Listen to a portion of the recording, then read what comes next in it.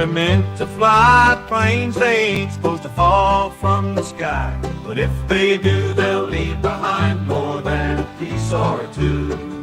Planes just be flying, I know you think I'm lying.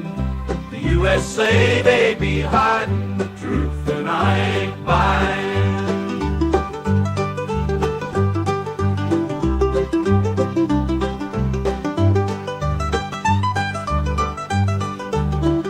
Planes, they're meant to fly, planes, they ain't supposed to fall from the sky. But if they do, they'll leave behind more than a piece or two. They'll leave behind more than I know you think I'm lying. The USA, they be hiding the truth, and I ain't buying.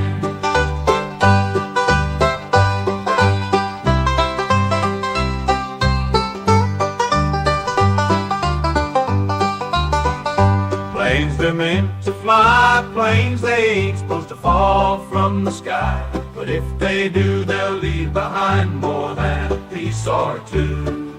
Planes just be flying, I know you think I'm lying. The USA, they be hiding the truth, and I ain't buying.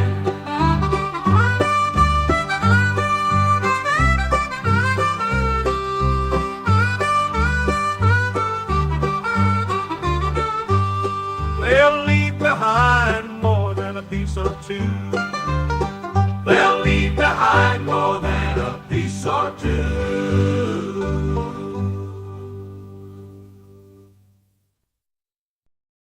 Ooh, welcome to the chat. Welcome to the stream, everybody. Tonight, appreciate you being here. I'm your host, Ashton Forbes.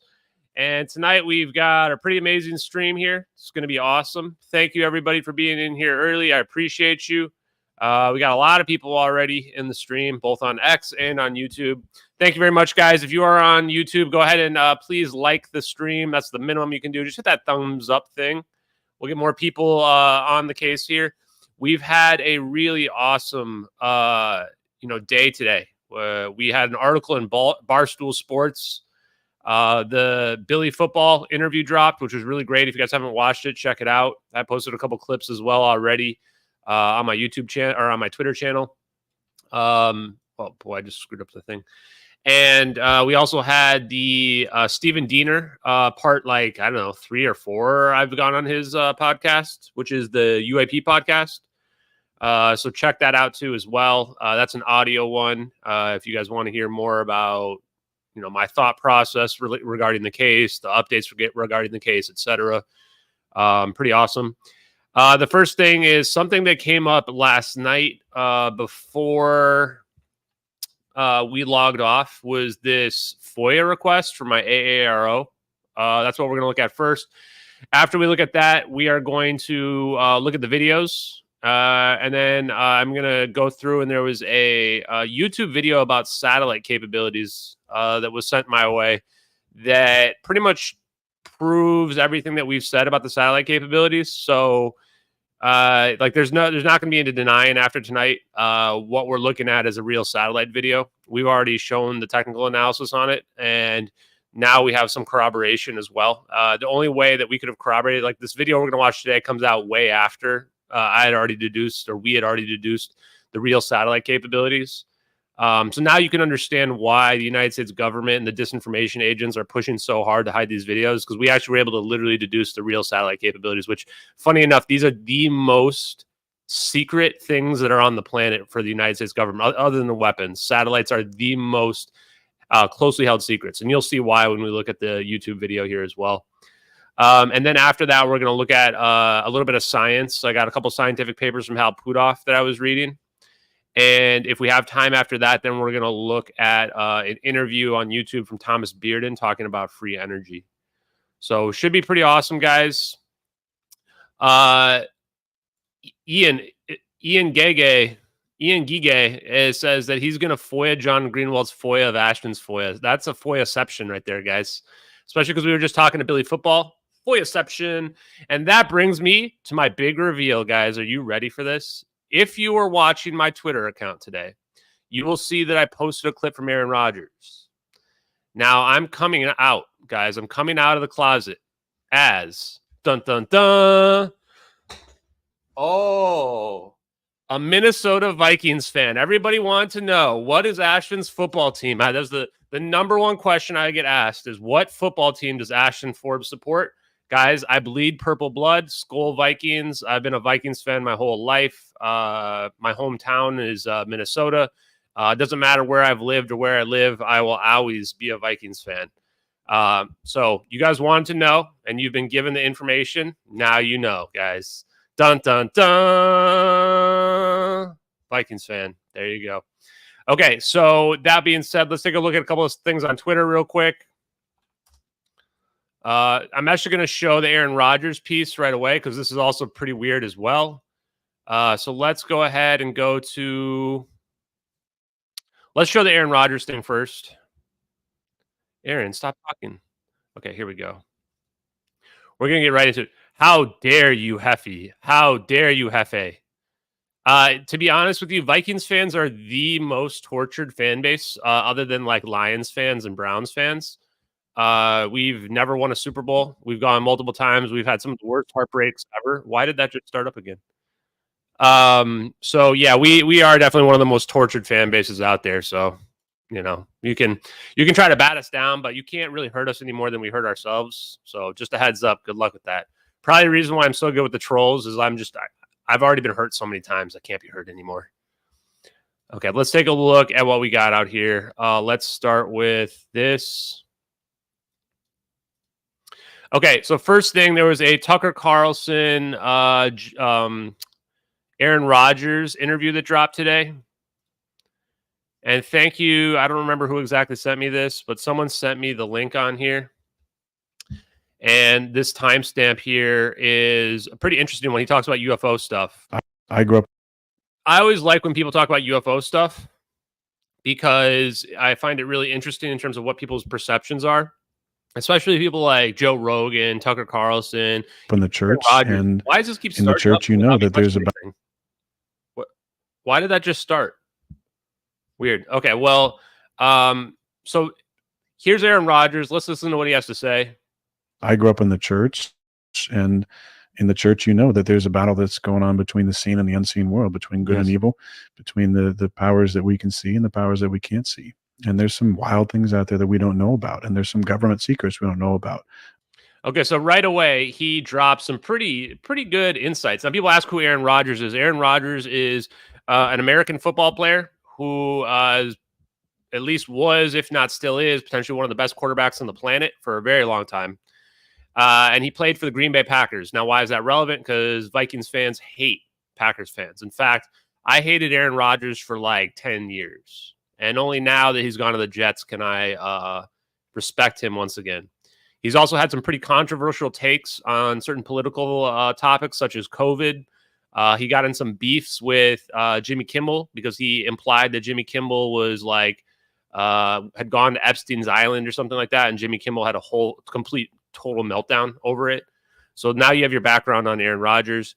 Right there talks about the good and the evil and the hidden technology that the government potentially has. At a bare minimum, whether you believe in alien life, UFOs, UAPs, whatever you want to call it, there's some technology out there that exists that's finally have some sort of disclosure that the government or the powers that be don't think we're ready to be given that information, which is kind of wild. Yeah, so right there, I mean, that's the reason why I clipped it right there. Is that he's actually on point. He's probably more on point than most UFO celebrities are. Because he's sitting there and he's going, the government has technology that is like magical technology that they don't think we're ready for. That's exactly correct. That's what this boils down to. Is that, and you can tell that people aren't ready for it. I mean, just look at the Redditors and the debunkers. Like, these people are not ready for the future.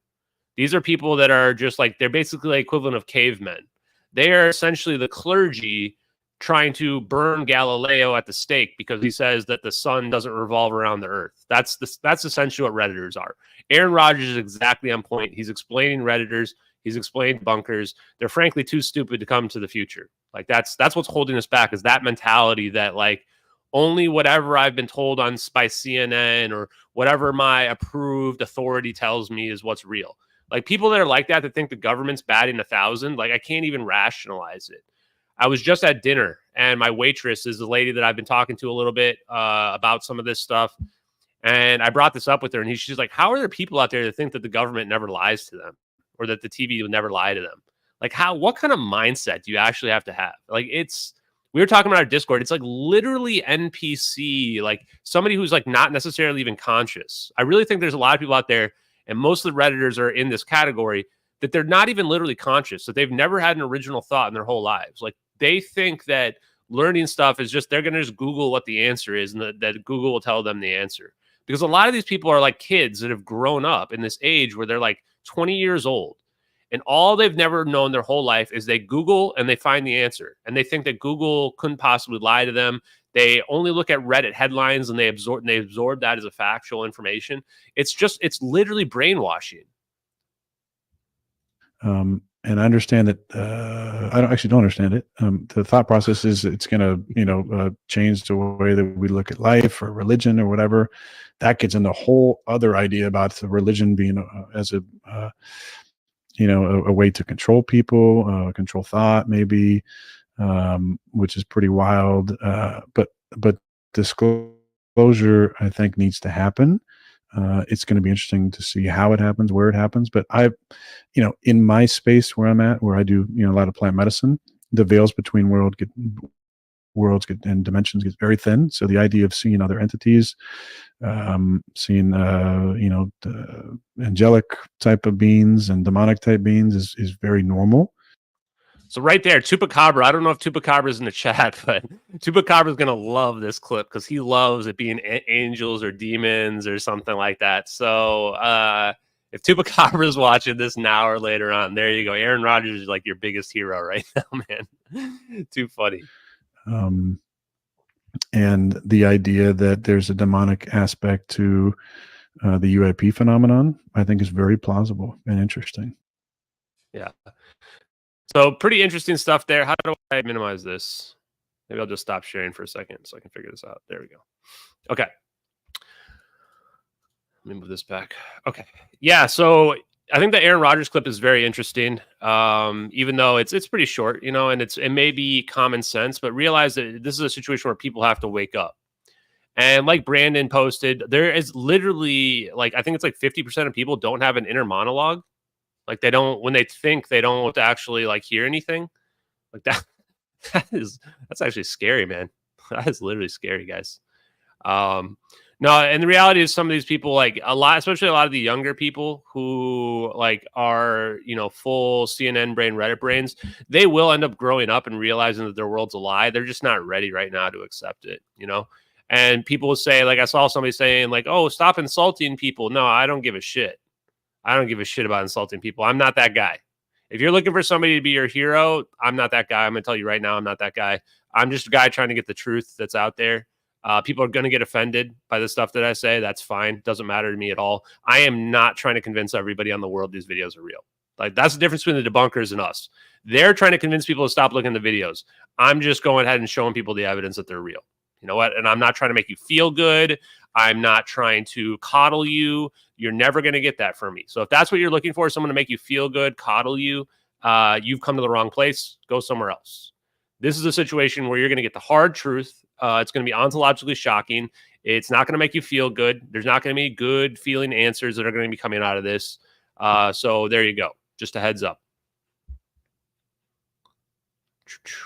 And that's actually part of the problem as well, is that, it's the internet wear a helmet, is that the thing about Reddit is it's not even about what's true. What Redditors care about is what makes them feel good. And this is why no one out there should be a Redditor, is that, and you'll notice, just go look around on Reddit, you'll find out truth doesn't matter at all. What matters is how you make people feel. And if you make people feel good, then they'll believe in you. Sorry, guys, that's not how the world works. Truth isn't dictated by how you feel. Neither is science. Science isn't dictated by popular opinion. You could see that I was arguing, or I posted a comment on somebody who was a climate change person or whatever. Climate change is the biggest scam out there. And they'll go, well, 99% of scientists agree. Yeah, well, science isn't dictated by popular opinion. And the fact that you're trying to present it that way goes to show you don't even know what science means. Science is the study of observable reality, So there we go. Okay, so let's move on to the next thing. Cyberbully me. think it's hilarious that people think that I'm going to make them feel good. That's you come to the wrong place if that's the case. The stuff that we're revealing is the opposite of making you feel good. This stuff is going to break your brain. That's what we deal in over here. Okay, so this is where the joke comes from then. So if you don't understand this joke right here, this joke, that's Aaron Rodgers in a Minnesota Vikings jersey. And some of you, especially people who are young, are not going to understand this, but Brett Favre was the quarterback they had before Aaron Rodgers, legendary quarterback. He went to the Jets, and then he ended up coming to Minnesota, and we were like this close to going to the Super Bowl with Brett Favre. And then we lost it in like the worst, most spectacular meltdown way possible, which is a very classic Vikings thing to do. And now Aaron Rodgers went from the Green Bay Packers to the Jets. So the joke has been in Minnesota with Vikings fans that Aaron Rodgers is going to follow in the legacy of Brett Favre and go from the Jets to the Vikings again.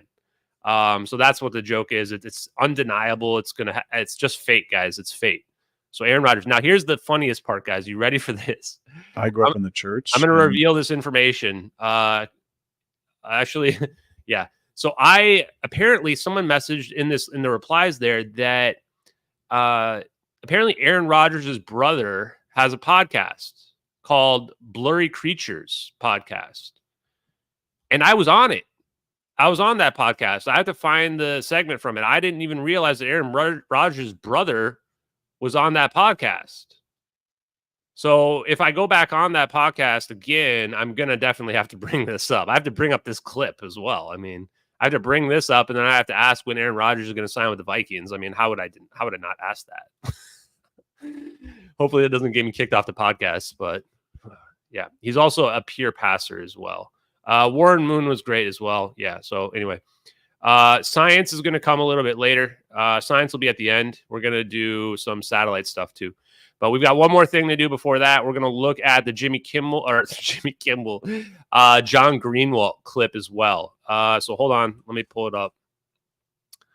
And we're not going to watch the whole John Greenwald clip. I mean, dude is like, he's so boring, man. I don't know how people can watch this guy. Here we go. Let's change this. Oh man, there's got to be a better way to change these these screen things. Okay. Here it is. John Greenwald's clip. So Red Panda, but this particular one had this started up again.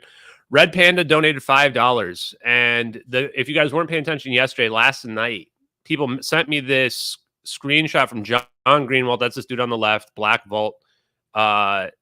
Sent me this thing saying that he had FOIA'd the AARO for everything related to MH370. Technically, he was like FOIAing my communications or something like that, I guess. Because some of these guys think that I'm like lying about the case with AARO or whatever, which is crazy because I've literally never lied about any of this stuff. People are still trying to look for that first lie from Ashton Forbes. I can't find it. I proved that all the debunkers were lying in less than 5 minutes, and these guys can't even find one lie from me. So he FOIA'd it, and he got this weird response back where this has this Privacy Act data cover sheet that he's never seen before. So I'm not going to listen to this. Somehow he stretched out a 30-second answer into 5 minutes. I'm just going to skip ahead to like the middle part here. And apparently he's being ghosted now. So I guess. Okay, wait, right here. I came on the air. Somebody had told me Ashton was talking about me going after his communications with the DOD, and essentially what Arrow was doing with the MH370 case. And apparently he's being ghosted now. So I guess to me, I felt like there was a different tone there now that he knew. A different tone? First of all, John Greenwald blocked me twice, and I blocked him in response. Let's just set the record straight. John Greenwald blocked me after getting dunked on in a meme war, and then I blocked him in response. So I'm not a biggest fan of this guy because he's like clearly CNN brain style. But you know what? He put a FOIA in. Whatever. The problem is I haven't even got back the record of memorandum from the AARO yet. They have emailed me back a couple times, and I've said this email on podcasts. I've shown it. And, since April, I think it was 11th, which is over a month ago, I've heard nothing back. I've sent them 4 emails now since then, and called them back once as well, try to get a response. They haven't replied back to me. And so I don't know what he's going to FOIA. I guess he might FOIA and get the emails that I've already sent. I don't really know.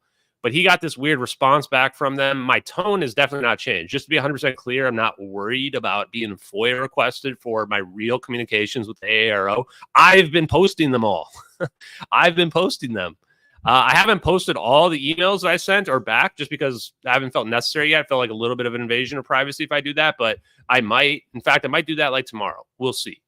So no, there's no change in tone. I was just making a joke about how like these weird debunker people are like so obsessed with trying to prove me wrong that they're out there like FOIA-ing emails to the AARO because they're so desperate to find me in a lie, so desperate for it. And it's not going to work. But I do want to make it clear that if they haven't even given me the memorandum record yet, which they said they would do back in January, and it's now May, 5 months later, they haven't given me just the memorandum record yet. It's probably going to be hard to FOIA anything related to it.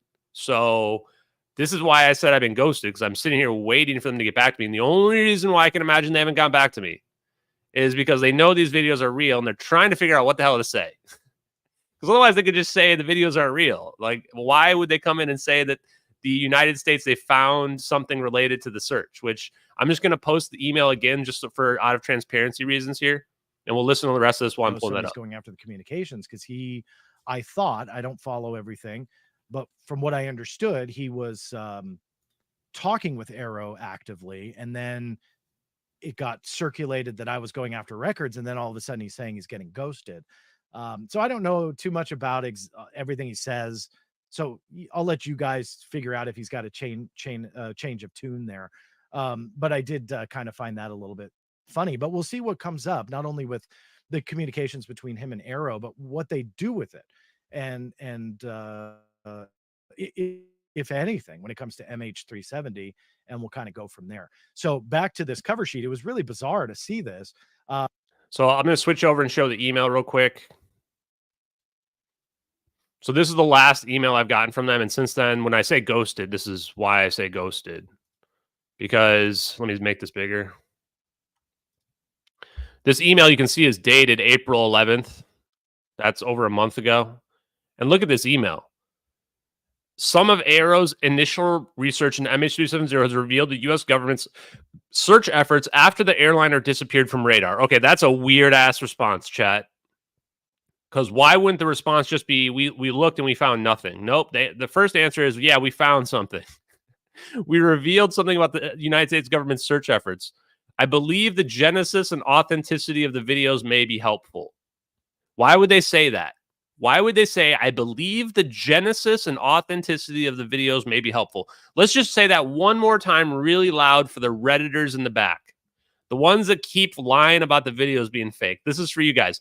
I believe the genesis and authenticity of the videos may be helpful.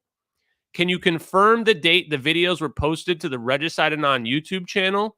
Why would they ask me about the date?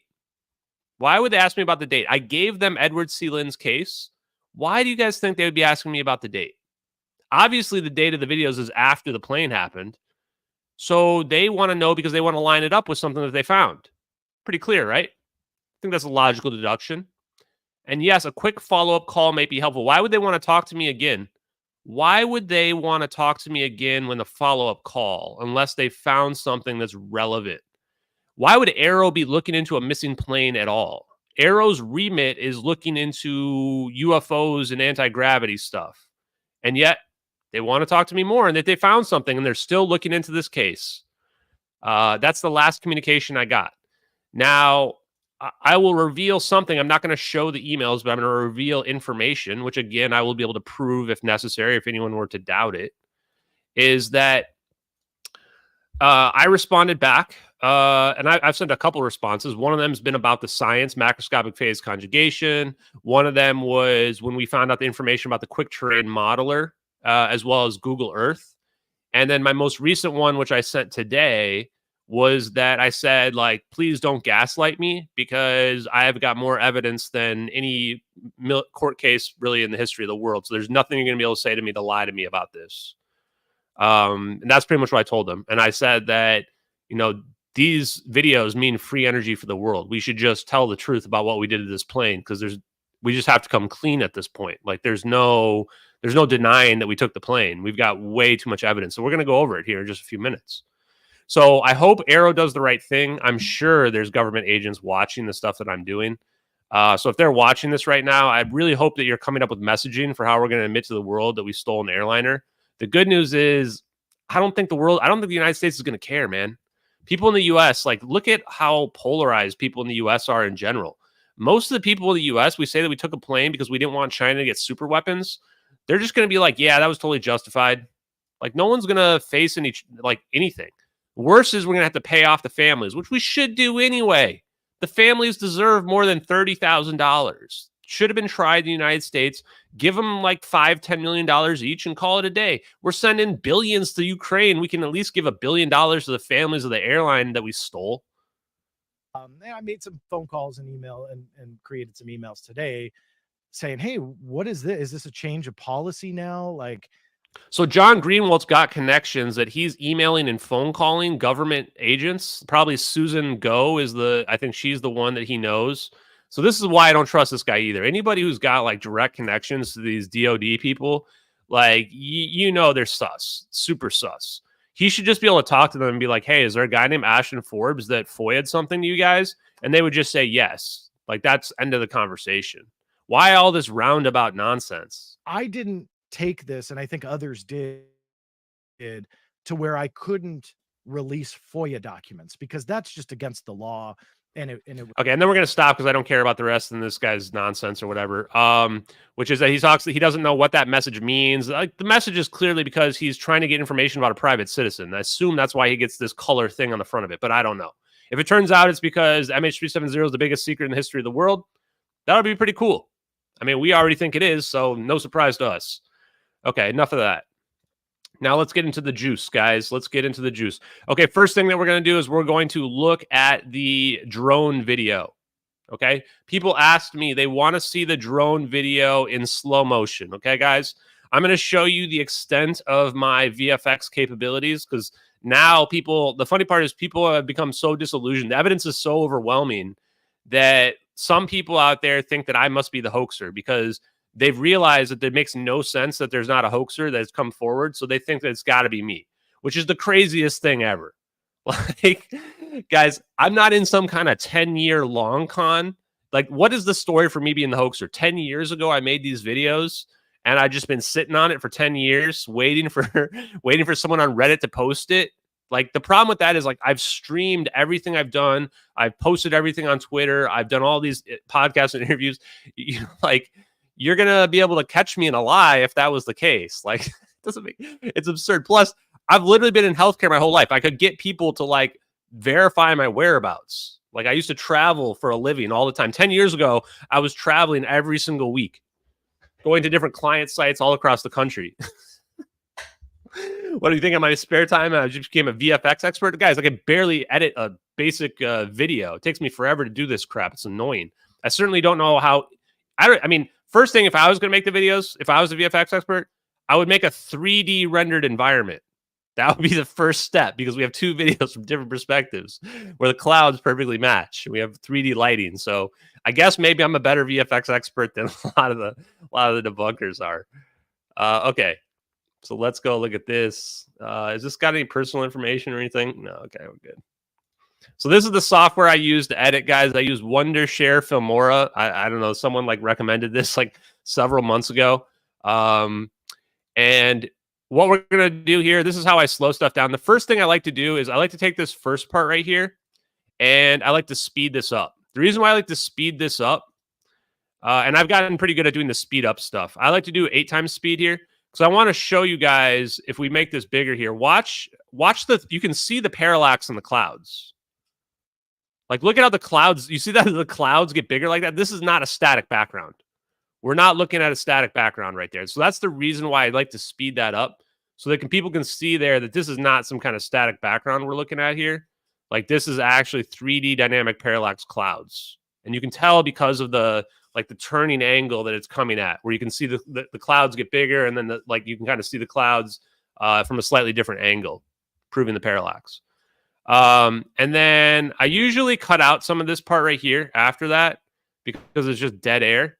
So what I'm going to do here for you guys, let's go ahead. I'm going to slow down. Let's slow down this part. Because also people have been saying that like the orbs don't match in the videos. They absolutely match. I think that's one of the funnier claims out there. So we'll slow that part down. And let's slow down this part here so people can see the rotating orbs. And then it goes off the screen. Okay, so this is what I do usually, and I just do, because actually when you see it slowed, it's even more compelling. And then when it zooms in here, this is the part where I like to show it's super slow. Like just this part here, probably. We'll go to, let's go to, oh, that's too slow. That's too slow. 0.25. And then the end here, this last bit, we'll show this in the super slow. And so let's watch this together. So I slowed this down to a part where like you're going to be able to see all the details. So here you guys go. You ready for this, chat? Wait, hold on. I want to see the chat while we're doing this. Okay, so this is now the altered speed version of this. Oh, wait, why doesn't this pop up? Yeah, why is it frozen? Yeah, you guys, wait. Yeah, you guys can't see this. What the hell? Well, that's weird.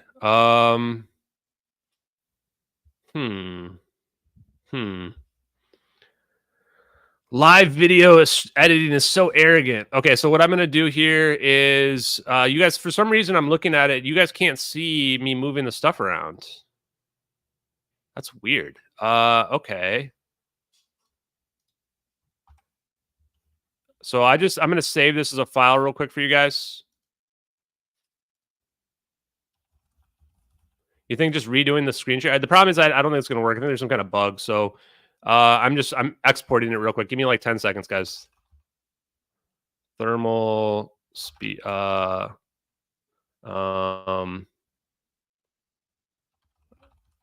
call it thermal adjusted speed. Okay. Okay, it's exporting right now, and then we'll go ahead and pull that up. So let me switch this back over. Just play the Jeopardy music. I need to get the Jeopardy music in the background. The problem is, like, man, the copyright people are they're brutal, man. They get you. They get you every time. Okay, so this is going to be the thermal adjusted speed that I just made. Let me pull that up again. Here we go. Okay. Here's the thermal adjusted speed. I just made this for you guys. This is just for you right now. So here we go. So you can see it, the speed. I'll show that one more time. It's a little too fast. So you can really see the way the drone zooms in on the plane and how they're tracking it. And then from the slow-mo perspective, so right here, watching the bottom right, you see the second orb come in as well. And it catches up to that plane and gets in formation right away. And then the third orb shows up right after that as well. I've compared both videos side by side on the orb entry, and they're coming in at the exact same time on both videos. It's hard to tell. It's pretty difficult to line them up because you're looking at it from two completely different angles, but there's no obvious spot where any of them are out of sync in any way, shape, or form. And then when you look at the rotations of the orbs here, I mean, look at the heat signatures spinning around. Do people really think that they manually made all these heat signatures spinning around? Look at those heat signatures like that.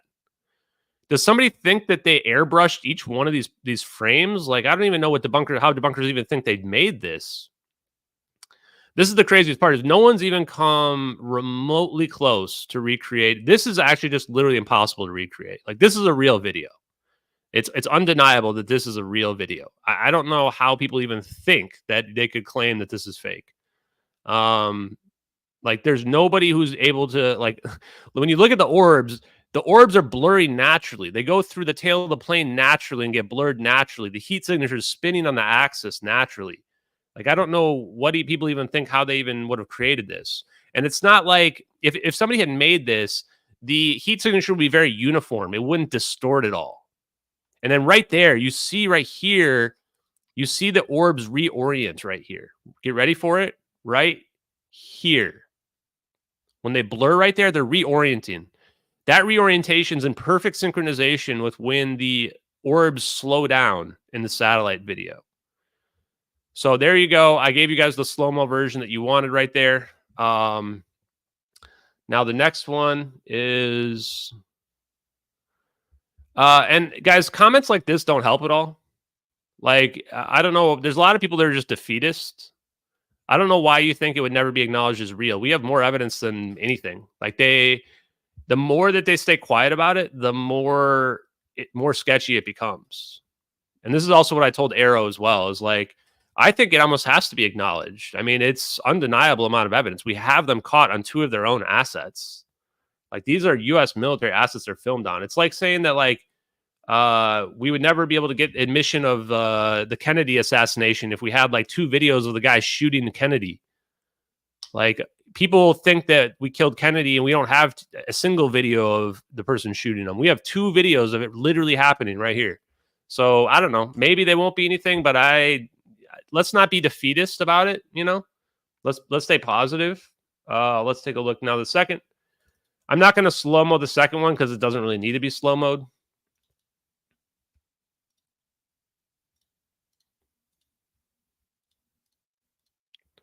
Okay.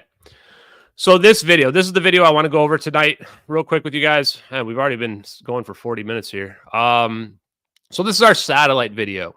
So a lot of people have tried to scrutinize this video, and every time they try to scrutinize it, we are just able to prove more and more that the video is real. And what we're going to do tonight is we're going to prove that video is real. So we've already, if you look at the technical analysis, there was already a satellite expert who is also a pilot.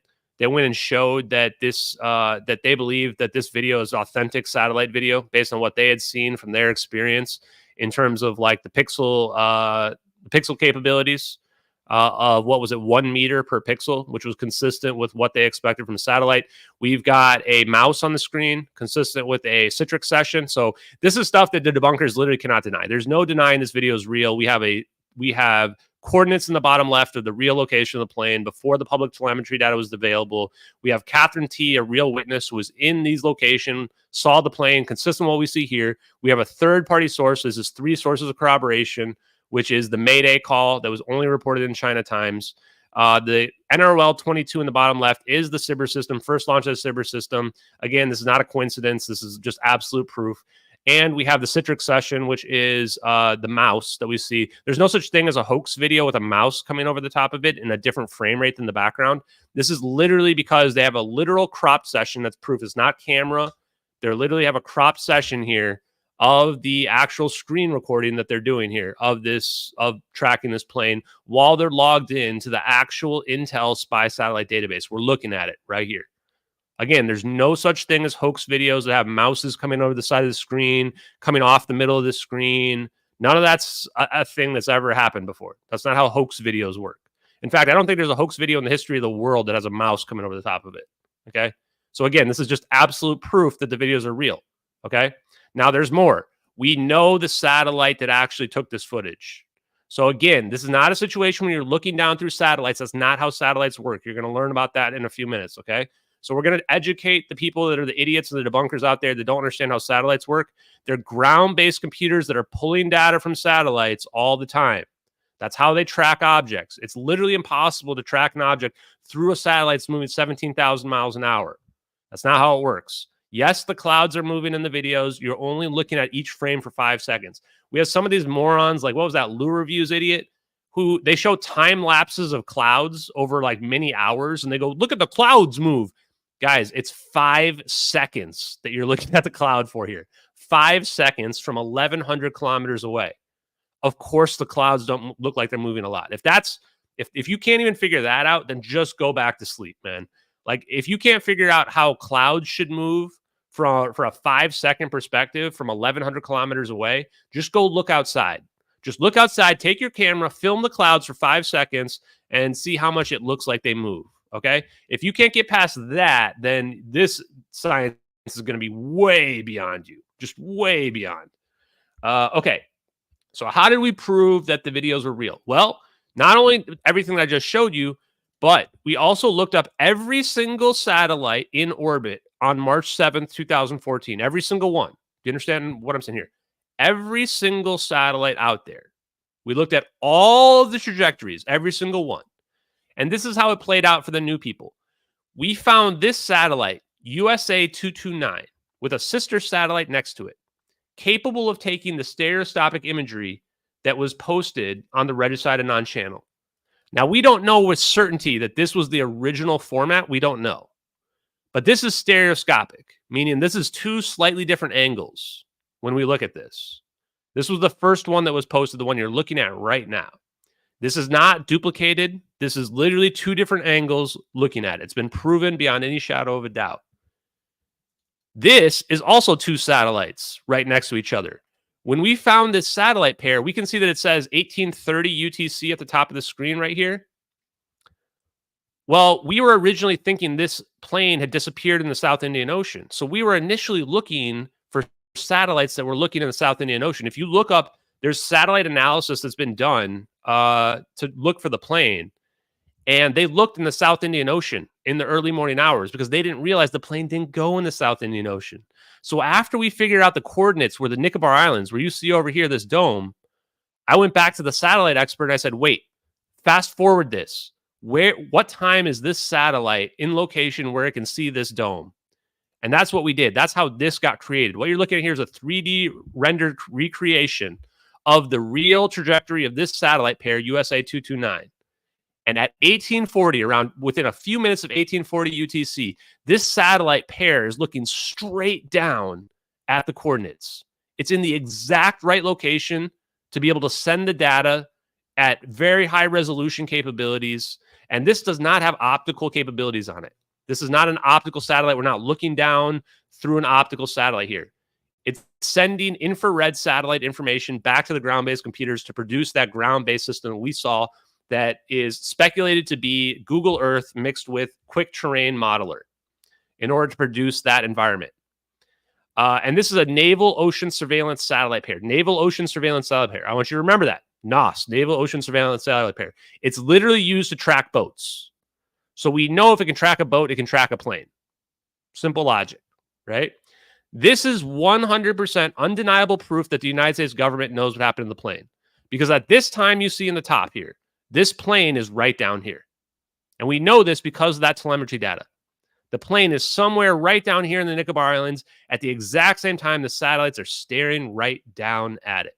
100% undeniable proof that the United States government knows what happened. So we've proven right now the United States government knows what happened to the plane. We've proven that this is a Citrix session that's logged in using the real spy satellite database based on the other video, and that it has NRL 22, which indicates it's part of the SIBR system. Okay, a spy satellite database that we know nothing about. This is absolute proof. There's no denying this. There's no counter argument for this. We're staring right at it. The two people have peer-reviewed this. Victor Ilanello from the Independent Group was one of them, and Harold from the Metabunk website. So even one of the debunkers actually confirmed this satellite was correct. And Victor Ilanello, if you go back to like October, he did the math incorrectly, and he thought that NRL 229 was not there. And he came at me saying, no, it's not there. It's not there. It's not there. And I made him go redo the math. Like, you can verify this. He deleted his old post because he did the math wrong. And then he confirmed that, yes, this satellite was in the correct location to see the coordinates. Then this is where the debunkers, or not even the debunkers, the Independent Group had a meltdown. Because then they realized, holy shit, this guy solved it. The Independent Group realized that they were idiots and they had messed up, and that we had proven that the United States government knows where that happened to this plane. Yeah, for the people who say time to arm yourself, you might be right, but I do not own a firearm, and I don't plan to because I don't want to accidentally shoot myself with my firearm, if you know what I'm saying, guys. If they're going to take me out, they just got to take me out. Like, this is, we know this is what happened to the plane. Like, these videos are it, guys. That's the only explanation here. So once again, we have the satellite staring right down at it. Okay. So you've USA 229, get that stuck in your head, right? And then people say, well, what about, because you'll hear a lot of misinformation about NRL 22. Well, NRL 22 is the command satellite. That's the command satellite. So all of these satellites, what you're going to find out is signals intelligence. I want you to remember this too. Signals intelligence. This is how the constellation of satellites, it's a constellation, it's not one. Constellation of satellite means that they're communicating with one another, and they're all sending the data down to the ground-based computer systems that are building the 3D playback. Or, I mean, presumably 3D. We don't know for a fact, but presumably 3D. I mean, why else would there be a second satellite right next to it? The reason why you have two satellites is because you want to be able to produce 3D imagery. That's the only reason why you'd have two satellites. Otherwise, you just need one satellite. You have two satellites because now you have parallax. You have, what your eyes can create here, right and left. You can create a 3D environment. That's the only reason why you would have two satellites. So it actually makes sense with what we see in the videos as well. It makes sense with the capabilities that we see from the satellite video. Now, there's going to be even more. Get ready for it. So now we're going to watch a video. This is a brand new video. Let me pull it up.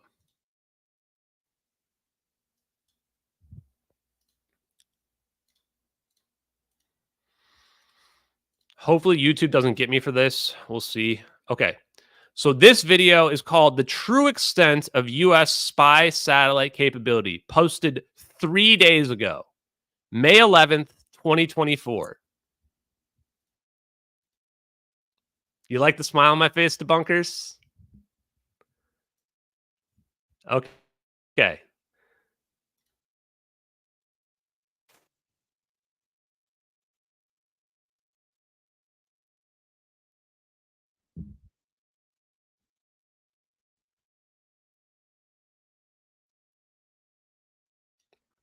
First of all, let's just look at the imagery that we see right here.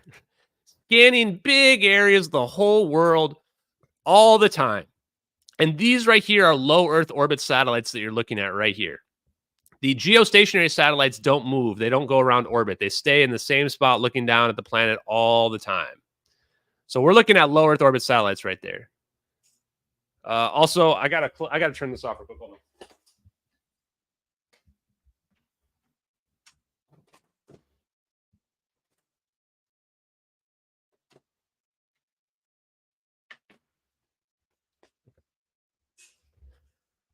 Yeah, if you just watched this earlier, I watched it, and then it's going to be spicy.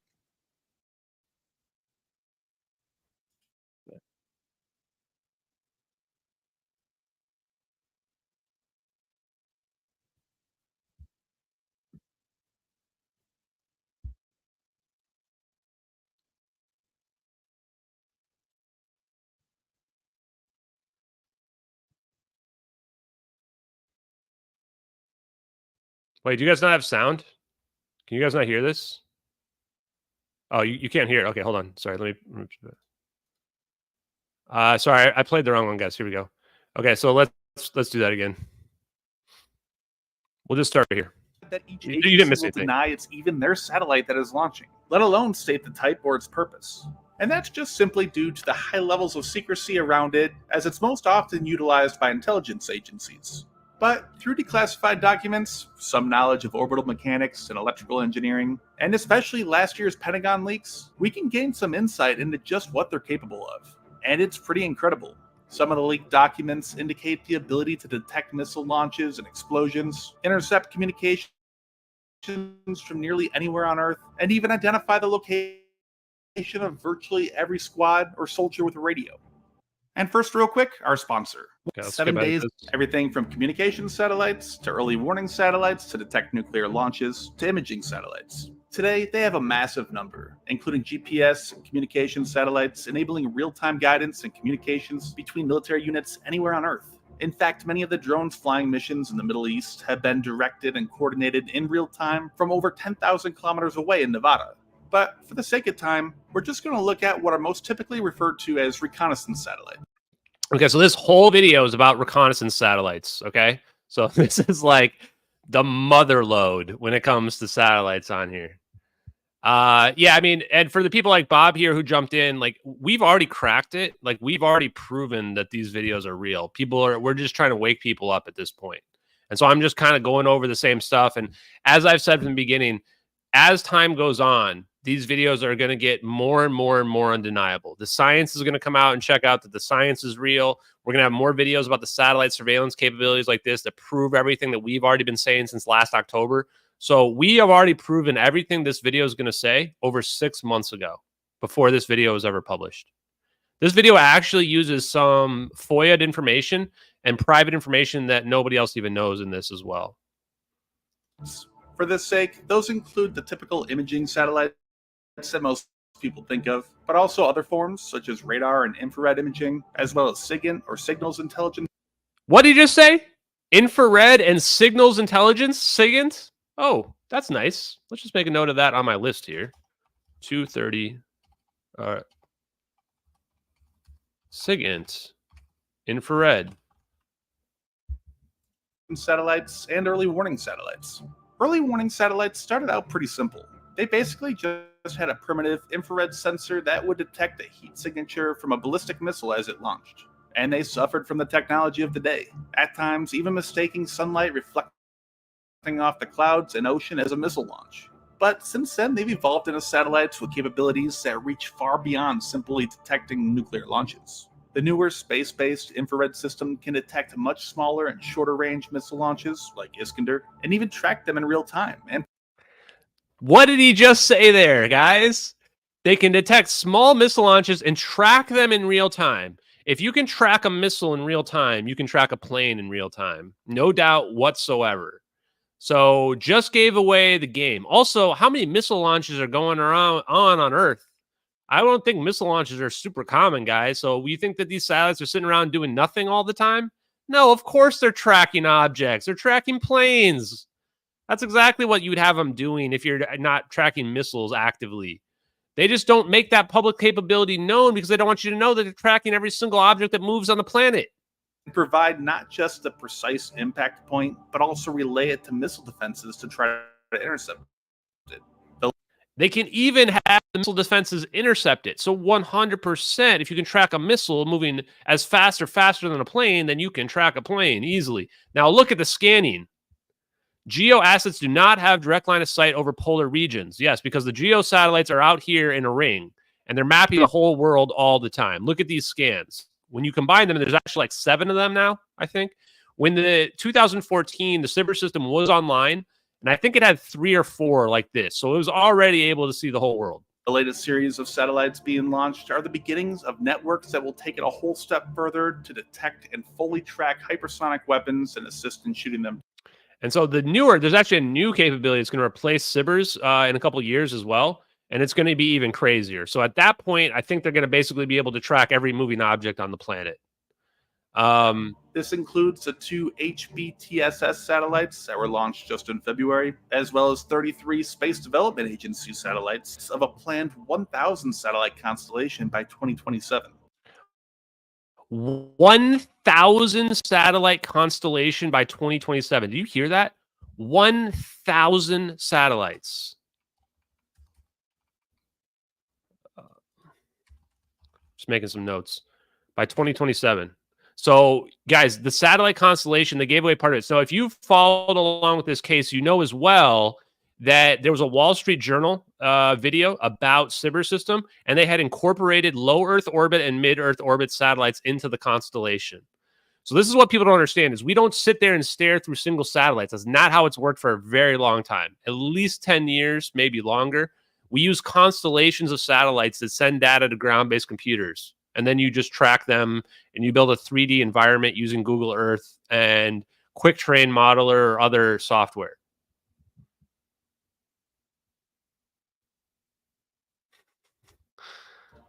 Also, speaking of the current space-based infrared system, they likely also carried a payload for the Trumpet ELINT, or Electronic Intelligence Satellites. ELINT is just a subset of SIGINT, or Signals Intelligence. Signals Intelligence has been used for a long time, going back to World War II and even before. But one of the most significant stories, at least that we know of, comes from Vietnam. During the first 4 months for the Trumpet ELINT, or Electronic Intelligence Satellites, ELINT is just a subset of SIGINT, or Signals Intelligence. ELINT is just a subset of SIGINT. Signals Intelligence. Guys, what did I tell you guys to remember? Told you to remember Signals Intelligence. And what does the MQ-1C Gray Eagle package have on it? Signals Intelligence, an ELINT, because the drone video is connecting to the satellite capabilities. This is how we connect all of our assets. This is how the spy plane connects to the drone, how the drone and the spy plane connect to the satellite. And if you look up signals intelligence, you'll see it's like a network. It's like an internet of connections that are going on. Signals intelligence has been used for a long time, going back to World War II and even before. But one of the most significant stories, at least that we know of, comes from Vietnam. During the first 4 months of Operation Linebacker, a huge number of U.S. aircraft were being shot down by North Vietnamese MiG-21s. The problem was that the U.S. lacked radar coverage that deep over enemy territory. They talk about the spy planes, blah, blah, blah. The ratio of kills to losses went from 1-to-1 to 4-to-1 by the end. The capabilities SIGINT gave became clear, and the U.S. invested heavily after. Today, virtually every aircraft and satellite has some form of SIGINT sensor on board. Virtually every aircraft and satellite has some SIGINT sensor on board. Booyah! That was the money shot that we wanted right there. Every aircraft and satellite has SIGINT on board. And the reason why this is so important is because after Victor Ilanello of the Independent Group, you can go look him up. He's one of the people that peer-reviewed USA 229.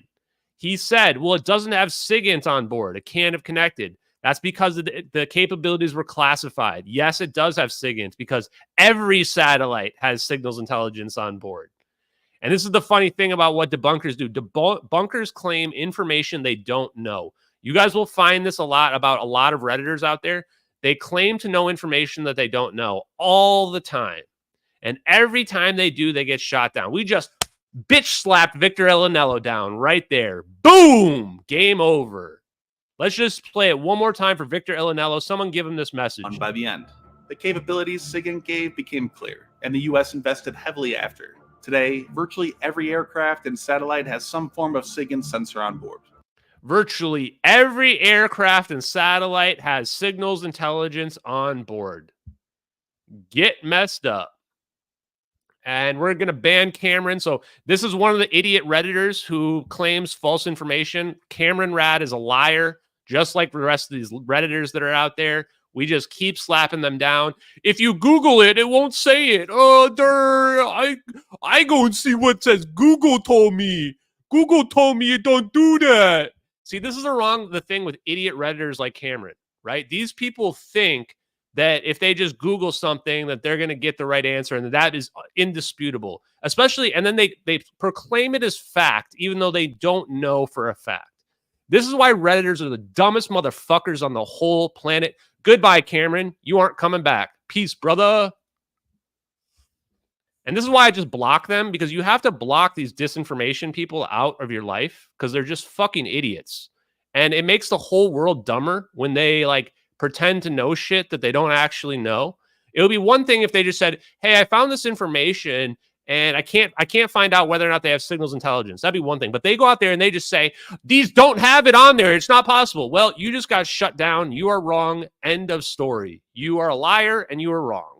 And these U.S. SIGINT satellites are by far the largest satellites in space. Trumpet, in particular, is believed to have a diameter of 150 meters. The large size is to pick up and detect even the most faint signals. While at least 4, possibly 6 Trumpet satellites focused on ELINT, or electronic intelligence, which detects signals from radars to map their locations, for example, there's also Mentor, sometimes referred to as Advanced Orion. These are more focused on comment, or communications intelligence, and can even ID and locate individual cell phones and possibly Wi-Fi.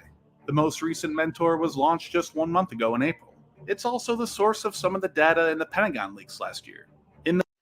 If you think we're done, we're not even done yet, guys. There's more. So, I mean, that was most of the meat and potatoes of what we needed to hear. But there's more coming too. We're not even done yet, guys.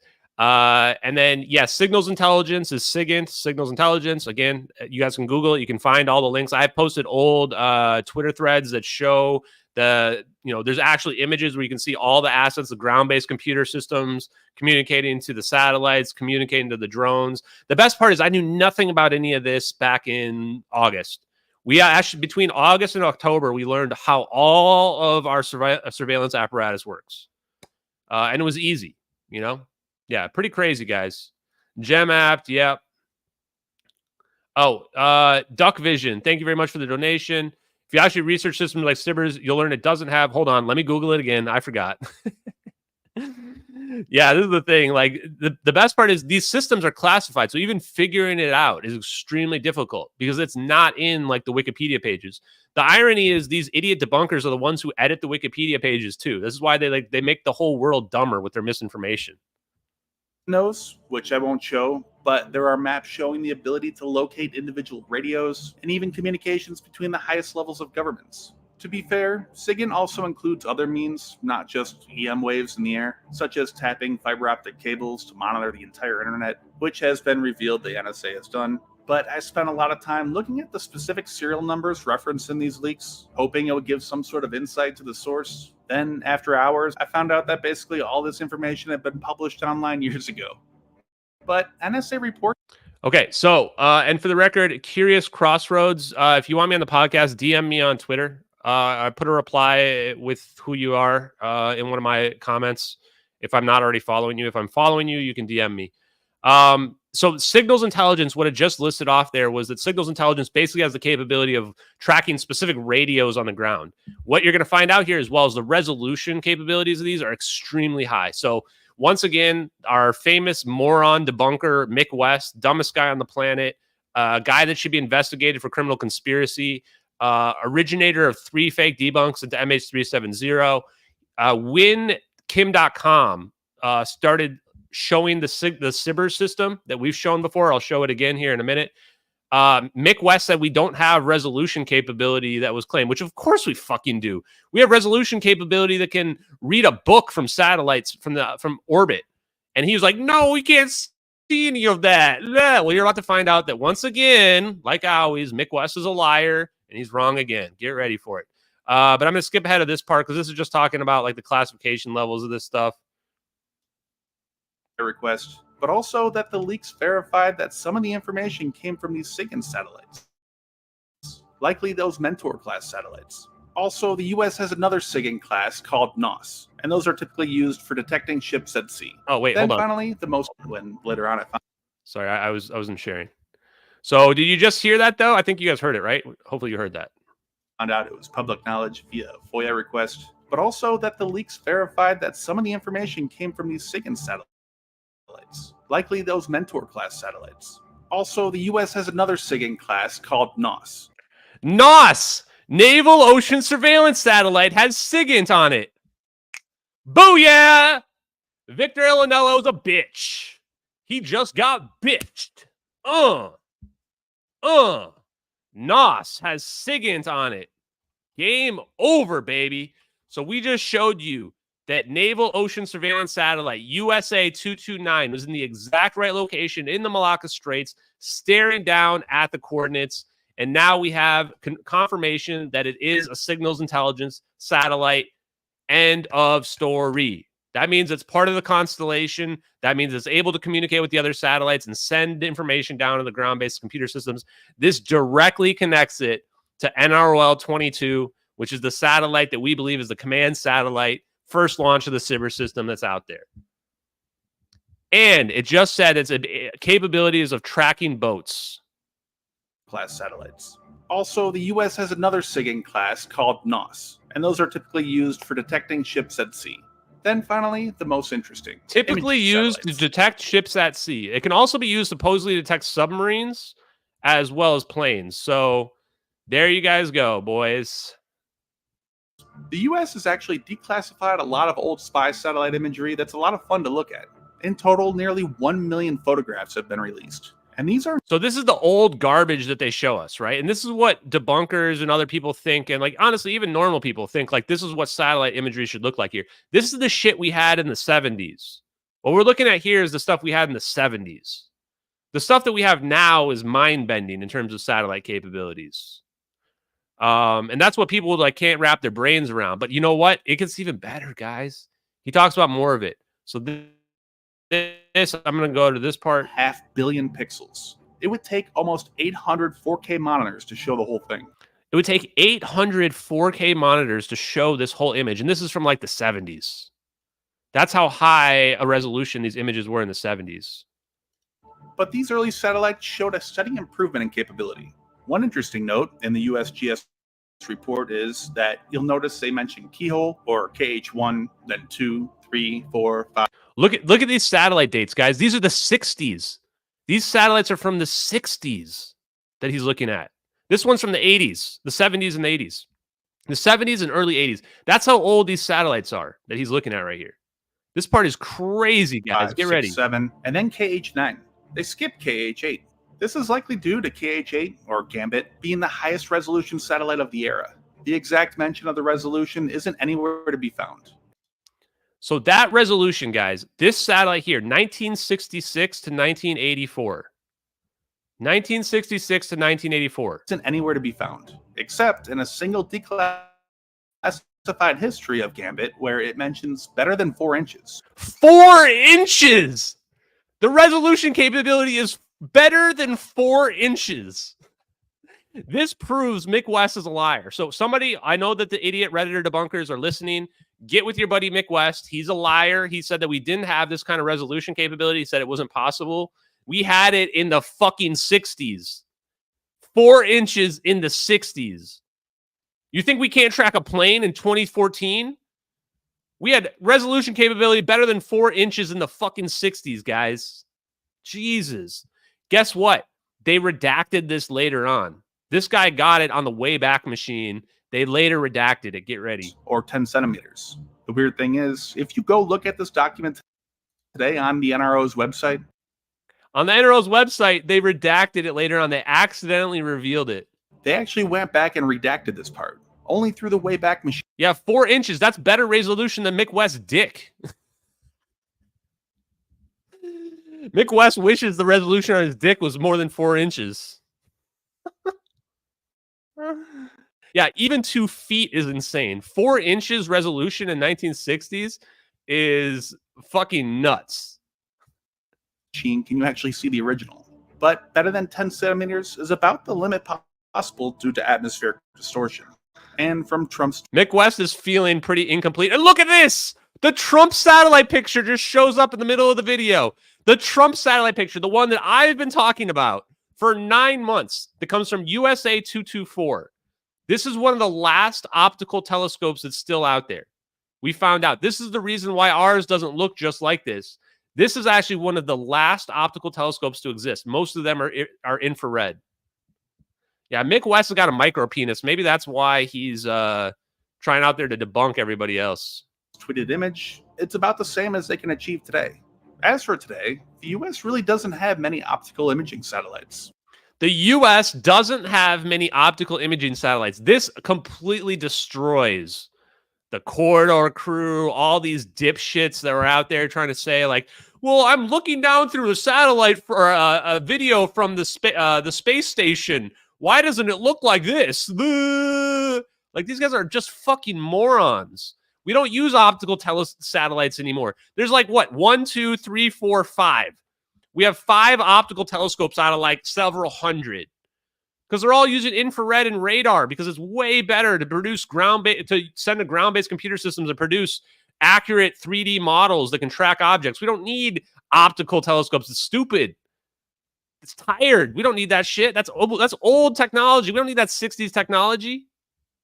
There's likely only 5 or 6 KH-11s remaining. There could be others, as some 5 or 6 KHLs remaining. There's only 5 or 6 satellites that have optical capabilities left, guys. Do you just think that we just can't see anything on Earth because we don't have optical telescopes? We use LiDAR and infrared shit. We don't need all this bullshit optical stuff.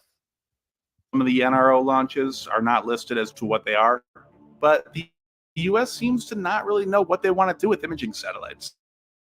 And every time they have a replacement program, it seems just to have cost overruns and gets canceled. So they've just kept building more KH-11s, which have been launched since the 70s, although with improvements. But even those are reportedly costing more than it costs for an aircraft carrier at several $1 billion each. One attempt for the next generation was the enhanced imaging system, and these were designed to be stealthy. Stealth satellites have 2 major advantages. The fact that they're harder to detect and track both visually and by radar means that an enemy can't predict when it will fly over to photograph. Pretty much all we need to see. Also, it can protect them from anti-satellite weapons. If the enemy doesn't know where it is, then they can't shoot it down or attempt to blind or jam.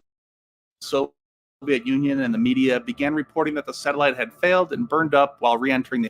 Okay, so some of this then talks about the idea that there's no point in having like satellite defense mechanisms because once you can't move the satellites around. So once you see the satellite up there, you know exactly where it is. That's how we were able to find the trajectories because even going back 14 years, amateurs just see it one night and they know they can figure out the exact orbital path of it because that's how the math works with these satellites. So there's no point trying to defend it because once you see it, you know where it is forever.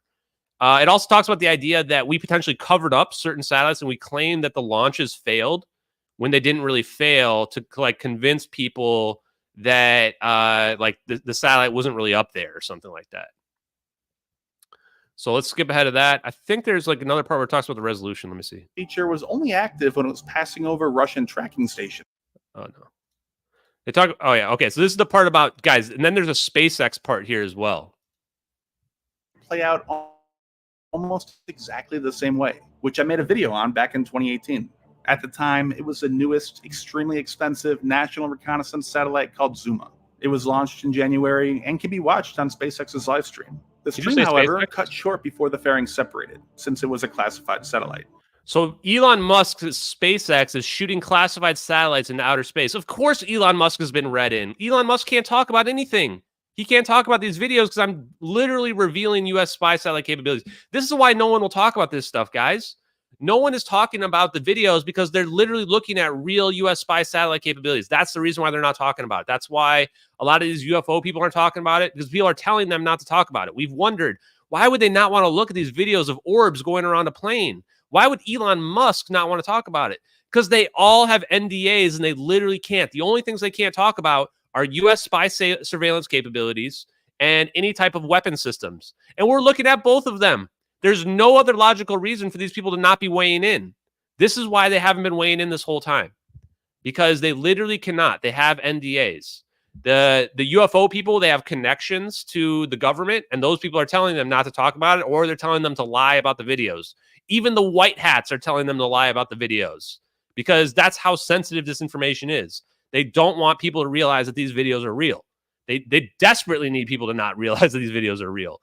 But if you just use common sense and basic logic at this point, I think we've proven beyond any shadow of a doubt the videos are 100% real. Whether or not you believe it's on there doesn't really matter. And then what was I going to say there? And then the people that are like Lou Elizondo, David Grush's, Elon Musk, these people have NDAs because they're either in the military or they're defense contractors themselves. These people literally can't talk about it. They're not allowed to talk about it. This is why David Grush doesn't talk about the technology. This is why Lou Elizondo doesn't talk about the technology. They know the videos are real. They know the technology is real. And it's a matter of United States national security and national defense. And Elon Musk, same thing. We got fake Mick West in there. Appreciate you. I'm not banning fake Mick West. I don't care at all. No, fake Mick West is hilarious, guys. Okay, so let's keep going. I think is there anything? And just as with Misty, the media almost immediately began reporting that the satellite aircraft and even ship designs lately. Well, there's a few reasons for that. It even catches on there that I skipped past it, but it says that the media would even report that the satellite launch failed, but that there's reason to believe that it didn't really fail. So the media is literally doing cover up for the DoD and the NRO and their satellite launches so that the world thinks that their satellite never made it into outer space when it really did, which is funny because this is what happened to the EM drive test. The EM drive test mysteriously failed. They were trying to test one of these EM drives in outer space, and it's like the quantum drive or whatever. You guys can go look this up. It's like, oh, the satellite launch failed or something. It didn't disconnect. Like, it's all bullshit. Of course it worked. They just don't want anyone to know. They're covering it up. One is that radars and other tracking methods have gotten so much better. And unlike ships or aircraft, satellites have minimal ability to maneuver. So once they're detected, the enemy will likely always know where it is and be able to track it, making any stealth features kind of pointless. Also, having so many invisible satellites in orbit without their orbital parameters known is inherently dangerous. The famous Kessler syndrome is the potential domino effect, where satellite collisions create more space debris, which increases the chance of other collisions creating more space debris, and on until low Earth orbit is nearly impossible to use. SpaceX's Starlink satellites alone made some 25,000. Okay, I think that's about it. Let me just look and see. Is there anything else we needed? Let's just skip ahead. A few large, highly capable. So basically, it talks about the idea that we've moved away from these large satellites because they're just too unmanageable.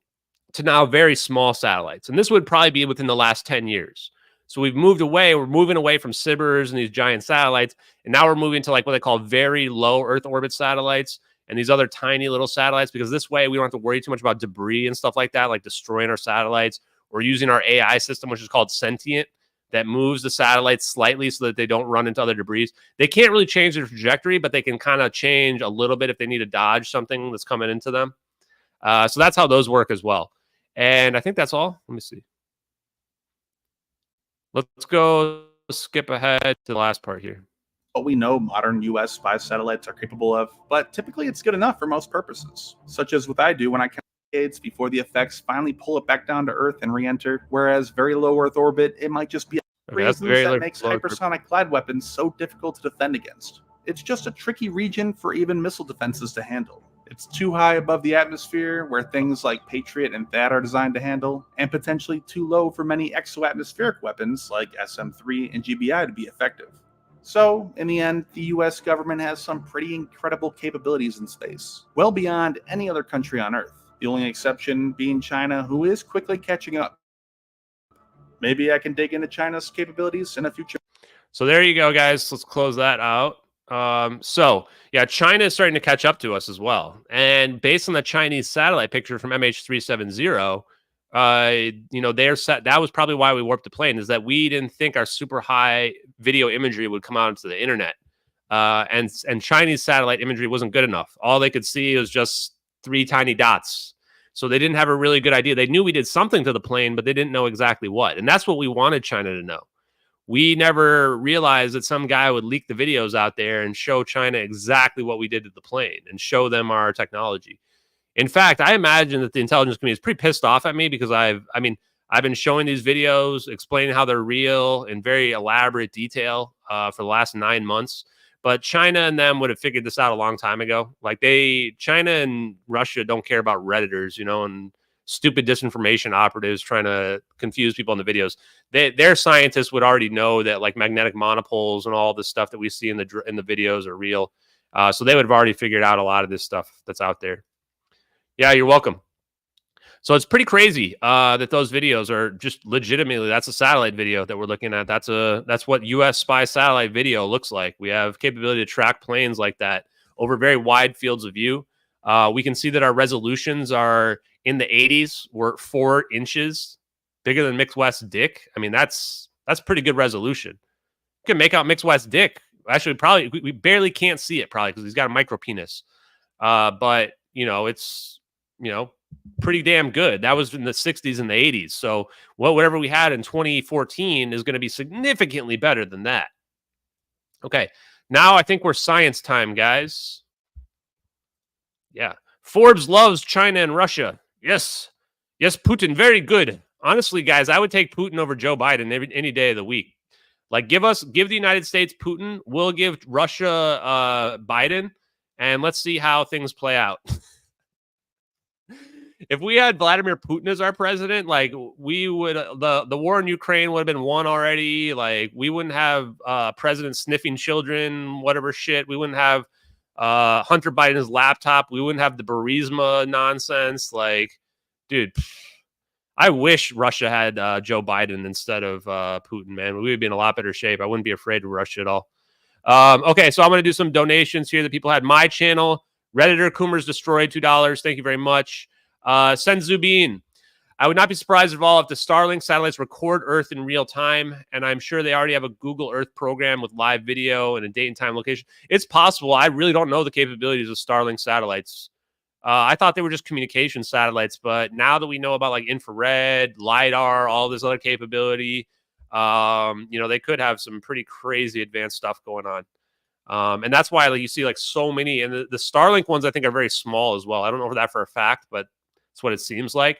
So it's consistent with what we saw in that video where they're going to smaller satellites that maybe don't have as good technical capabilities, but we don't care because we can just use sensors that can produce real playback using ground-based computers. So we don't need super high quality imagery. We're just trying to track objects and stuff like that. And then Dobby with a Throbby, or Dobby with a Throbby. I love this guy. $5 donation. Thank you. I found an article from December of 2020 on futurism. A company called Capella Space has satellites that can see inside some buildings. Yeah, I would guarantee the next generation after Sibers, I think he said 1,000 satellites in the constellation. 1,000 satellites, guys. That shit is going to see every fucking thing on this planet, man. It's probably going to be seen through buildings as well. It would not surprise me at all. Like, you better have like a blue roof and like concrete on your roof. Otherwise, the government's going to be watching you masturbate. Pretty crazy, man. Yeah, you better wave up to the satellites, my dudes. Wave up to the satellites. Guys, the only thing I don't know, Russia, nobody from any government has reached out to me. Unless the Real Creepy Stories video, which I talked about on the Billy's Billy Hot Take, Billy Football, on his podcast. I talked about the Real Creepy Stories, a letter to Ashton Forbes. If that was Russian or Chinese intelligence, then maybe. I have no way to know. We do think that the person who was speaking in the letter to Ashton Forbes was probably from Asia, because they used a lot of grammatical mistakes that are consistent with somebody who's English is their second language. But we don't know for sure. I know the United States government, at least, has not directly reached out to me. I don't know. Maybe they're like guiding me through other people or something like that. I really don't know. I will say I do have my own sources of information at this point, which is kind of funny. I never thought I would, but I do. And I think that my sources are better than some of these UFO celebrities people's sources, which is just hilarious to me. We were scooping people like Ross Coulthart recently. It's just weird, guys. I'm just laughing because it's like, you have to realize, like, I'm a normal guy that just for some reason now is thrust into this ridiculous position because all I want is the government to fucking admit what we did to MH370. Just admit what we did to this plane, man. So then I can go back to my normal life and, be over this shit. And we can start working on free energy for the world. John Doe Crypto, never change. Thank you very much, man. Also, it'd be nice if we could put a cap on the MH370 stuff and the government could admit we stole this plane. And then I can start talking about stuff like GME, GameStop stuff, which is going wild right now. I mean, you have no idea how bad I want to get involved in some of the social drama that goes on the internet. But I can't, because then people are going to be talking about that, and they're going to be trying to use that against me, whatever my take is. I can't talk about Israel, Palestine. I can't talk about anything. It's annoying. I mean, the Israel-Palestine thing, I actually don't want to comment on. That's one of the only things I don't want to comment on, by the way. Just side note on that one. I was in a space where someone was like, you have to take a side. You have to take a side. I'm like, nah, I'm not taking any sides on this. You guys just figure this shit out yourselves. There's no winning on that side, on that thing at all. Somebody said, Ray Tracer says satellites were way advanced in 2014, already with a 0.5 meter spatial resolution over a decade ago. Yeah, wouldn't surprise me at all. I mean, we know that we had 4-inch resolution back in the 60s and the 80s. So pretty funny. Okay, should we go to the next thing, guys? Well, that was fun. Let me see what I got next on my list here for tonight. Boy, we got through a lot here. Oh, it's been an hour and a half, so we're about on track. Let's take a look. I don't think we're going to get to the free energy video tonight, or maybe we'll do that and then we don't do the science. What do you guys want? Oh wait, what is this?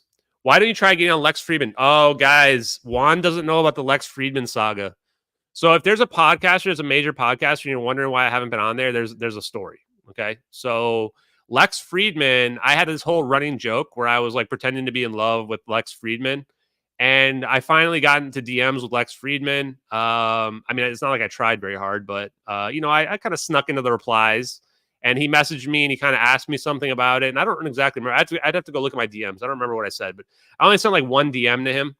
And then he just never followed up. And the answer is, like, I don't try to simp for these like podcasters and stuff. Like, there's people in my replies all day long, or not in my replies, but in my DMs all day long. I don't do that with podcasters. Like, when the podcasters want to talk to me, I follow all the major podcasters that are out there.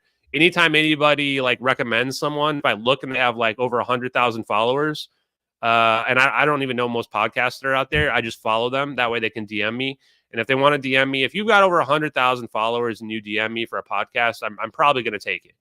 At this point as well, I'm probably not going to be taking some of the smaller podcasts just because I'm exhausted from doing podcasts. And I've gone over everything so many times. So no offense to the smaller podcasters, but you kind of had to catch me back in like October or November. And for now, that means like if you're a smaller podcaster, it's not that I won't do it. I'll probably do a few here or there. But I'm just not going to be able to prioritize those because I got to work on my job and my streaming and my podcast, and I'm behind. I mean, I'm way behind on my own podcast. So it's just that I got a lot of stuff going on, nothing personal. I do want to support the smaller podcasters that are out there, especially because I just think that the alternative media is the way of the future, and I do want to help them out. Okay, so let's go ahead. Oh, wait. So Jamal says, maybe you selected and being groomed for disclosure. I doubt it. I seriously doubt it. Like if I was like a UFO celebrity, I'd say that maybe, but like I'm just a random dude that one day when I saw these videos was like, I'm not going to let this go. Like I'm going to dig to the bottom of this.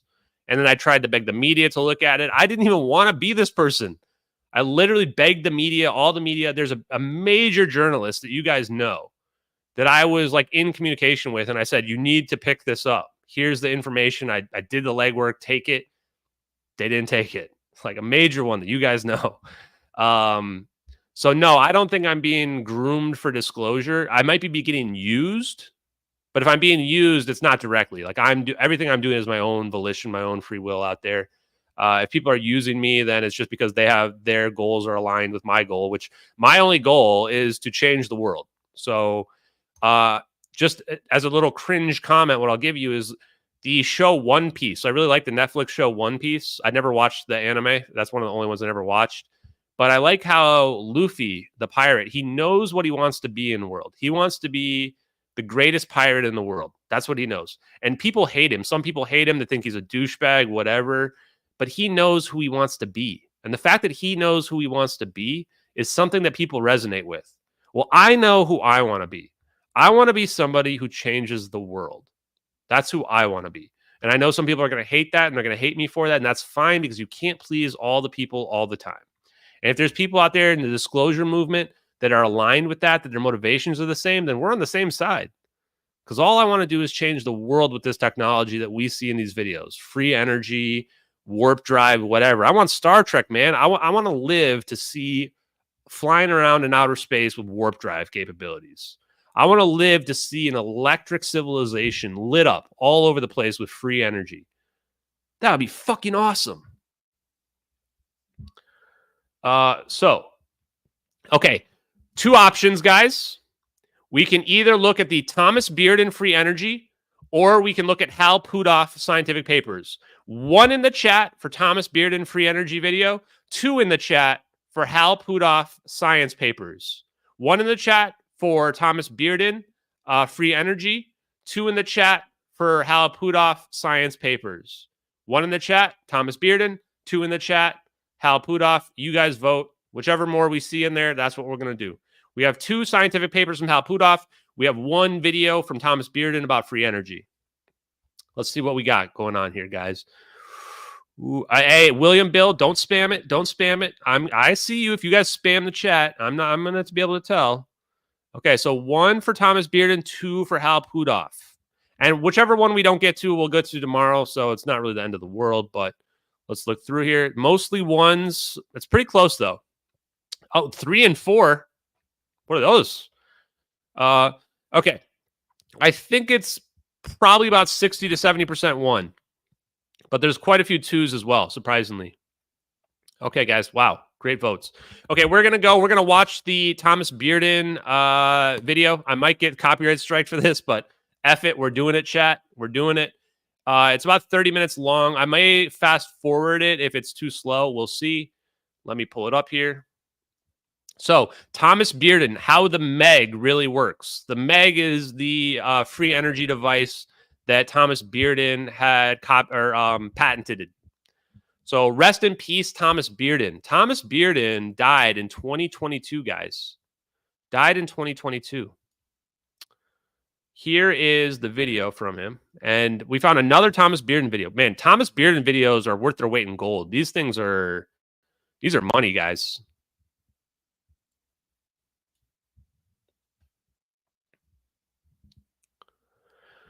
So this is the patent they're talking about right here from Huntsville, Alabama. That seems to be a place that comes back pretty frequently as well. Yeah, rest in peace, Thomas Bearden.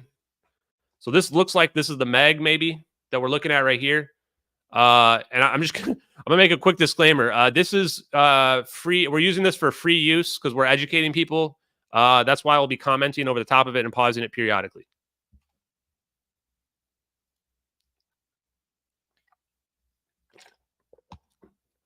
The Meg and its performance have been independently replicated by other researchers. Looks like a transformer puts out more electrical power than input. That is literally the definition over unity. Let me make sure I shared this correctly. I think I might have shared it incorrectly, guys. There was no sound there, though, guys. There was nothing to hear. Sound hadn't started yet. It's just showing images.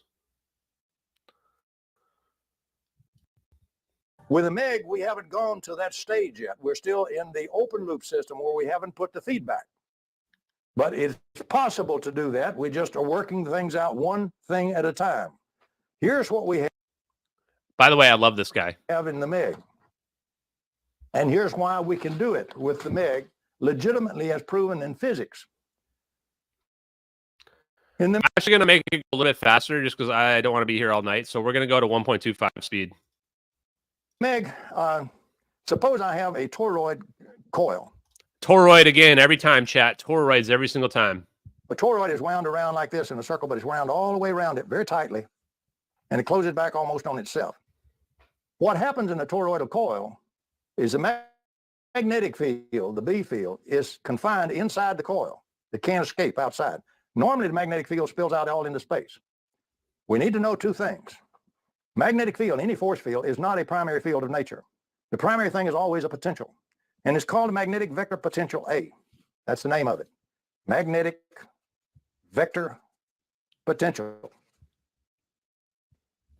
Now, a magnetic vector potential is a weird beast. It's got two components, basically. One is swirling. It's a curled component. We would write that del cross A, and that is what we... That's the del cross operator, del cross A. Oh, guys, we're learning electrical engineering today. So the magnetic field is contained within the wire due to it being spun around. So the magnetic field is stuck within the wire. And again, from scalar physics, what we learned is we want to zero out our magnetic potential. If you zero out the magnetic vector potential, then you can begin to get these gravitational effects. We call the magnetic field B. And normally it hides the other component. It covers it to where we don't see the other component. The other component is one that doesn't have a curl. Scalar. Doesn't have a curl. It's moving Or straight. electrical. So the curl of it is zero. But it's still a real potential.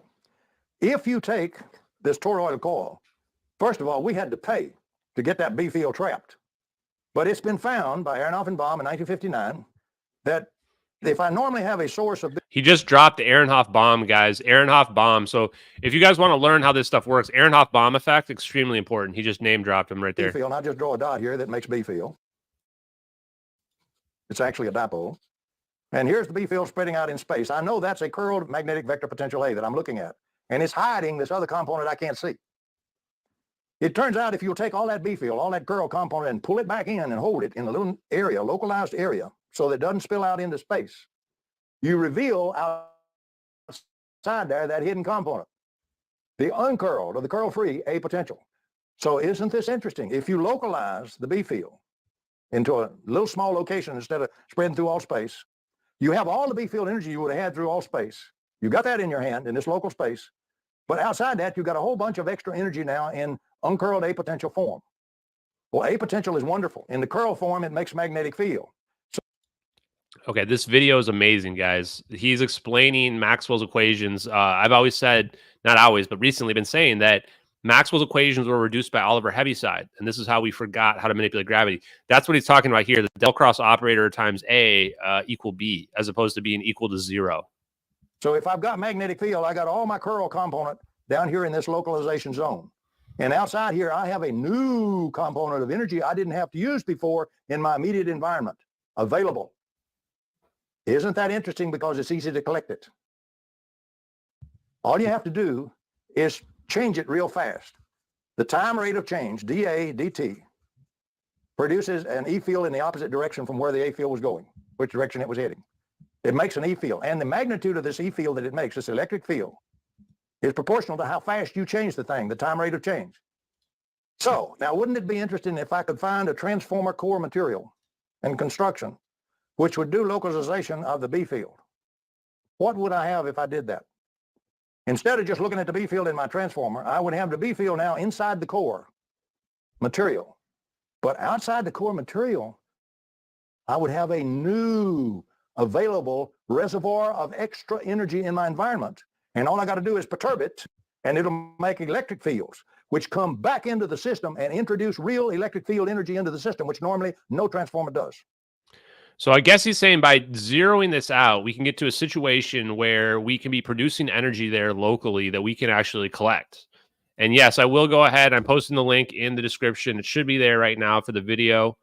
I just did it right now. So it should be there on YouTube. If you guys are following on YouTube, you can watch this yourself later on if you want. This video, I can already tell, is more epic than I even expected. That's what we do with the MiG. We found with this nanocrystalline material they're making for new transformers and all, we found a construction core right off the shelf, type of construction, a nanocrystalline material. There's 2 or 3 types that'll do it. That if I make a transformer core material here, I'll draw a simple one. This is just a diagram. It's not exactly the way we structure it. Any source of magnetic field, for example, if I have an input coil here, like this, and I'm paying for the input, Okay. all the magnetic field from this coil, all of it, is trapped in this core. Wire. Yeah. Okay. It doesn't get out, and there's no spillage out there into space. Interesting. How can I prove that? I put a permanent magnet very tightly across here. North pole here, south pole here. Got to have real good contact, no air gaps of this magnet. It's a very powerful little magnet. It's right across the transformer core material. And then I take an instrument with a field probe to measure magnetic field B.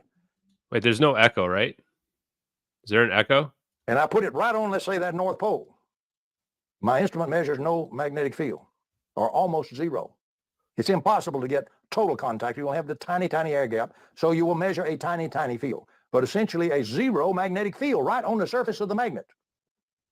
Now that proves that all the magnetic field that normally spilled out of this magnet everywhere has got sucked into this core and is sitting there.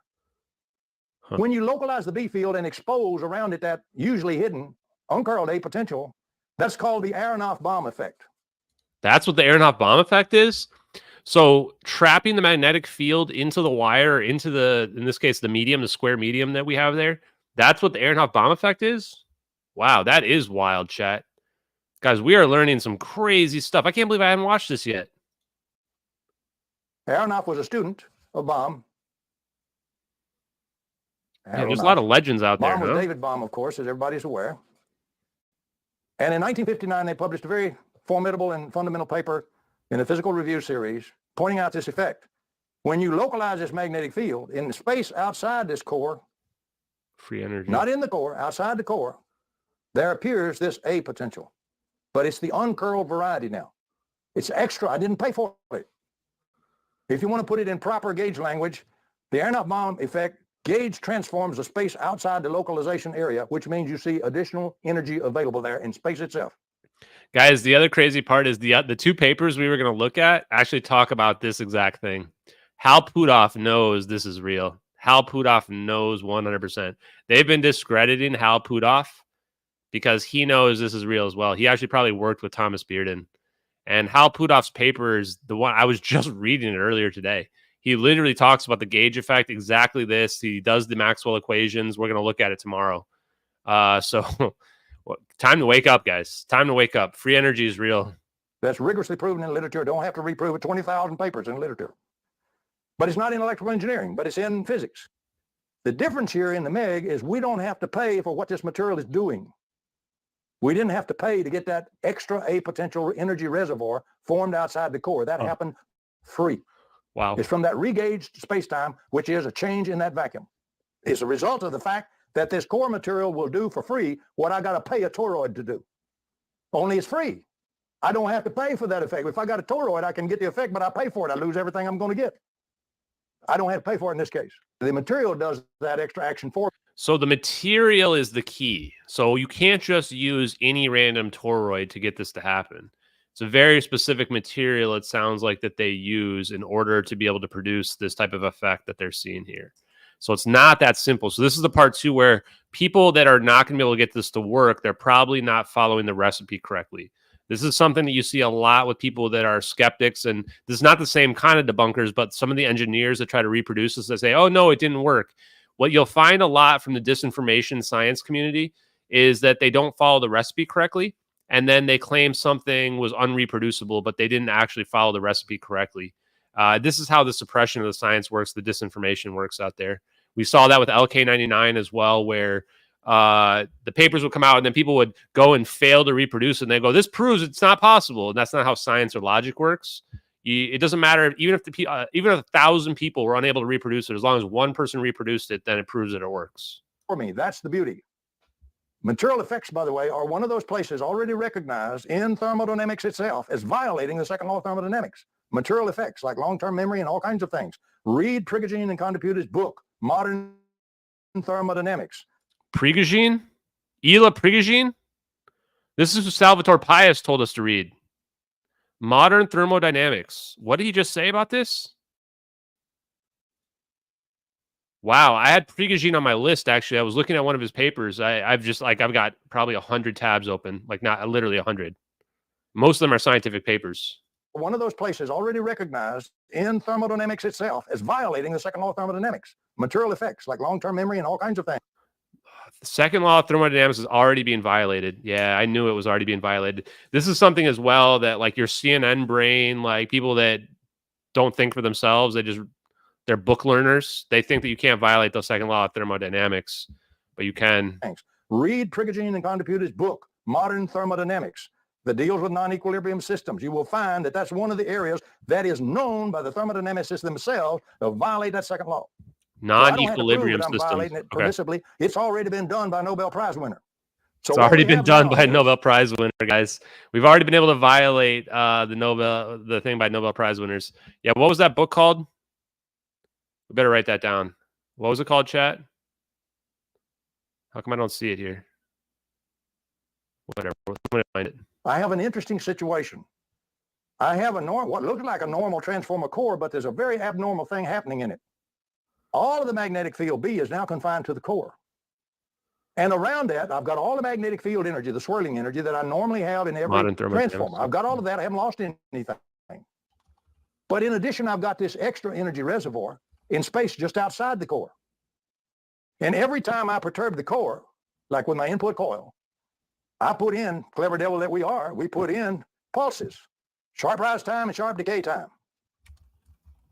If I want to get a little bigger E fields, I make a sharper rise time and a sharper decay time. I get an E field one direction one time and the other. And what happens is the space here, I can have as many coils wound on this core as I wish. Let's put an output coil on it.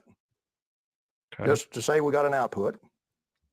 So we're going to add a bunch of coils all the way around this thing here, right? A bunch of coils. And then we're going to have it leaving on the other side. I got my drawing a little bit reversed. That's okay. There's an output. And over here, I got a big load. But in this space outside the core, I'm going to shade the core here so we can begin to see what this looks like. In this space outside where my uncurled A potential is, and I'm going to put a bar over that A to mean that it's a straight moving A. It's not a swirling A. It's not a magnetic field at all. Every time I shake or perturb this A potential, it makes an E field. E equals minus dA dt. And the sharper the change, the greater the size of the E field.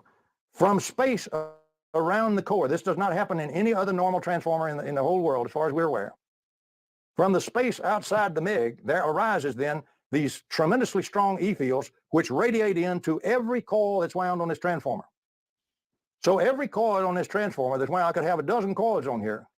Every one of them is also, regardless of what other function it's producing, is also an input coil for energy coming in from the vacuum in electric field form, not magnetic field form. The biggest action in the MiG is an electric field transformer, not a magnetic field transformer. And we're using a proven effect, Aronoff-Bohm effect, that 20,000 papers in the literature already. So the free energy that he produced is using the Aronoff-Bohm effect to produce an electric field by capturing the magnetic field within the medium of this square rectangle that they produced with a coil around it that captures the magnetic field inside. Wow, that's pretty cool. To tell you happens for real. We didn't dream this one up. We just found how to do it for free.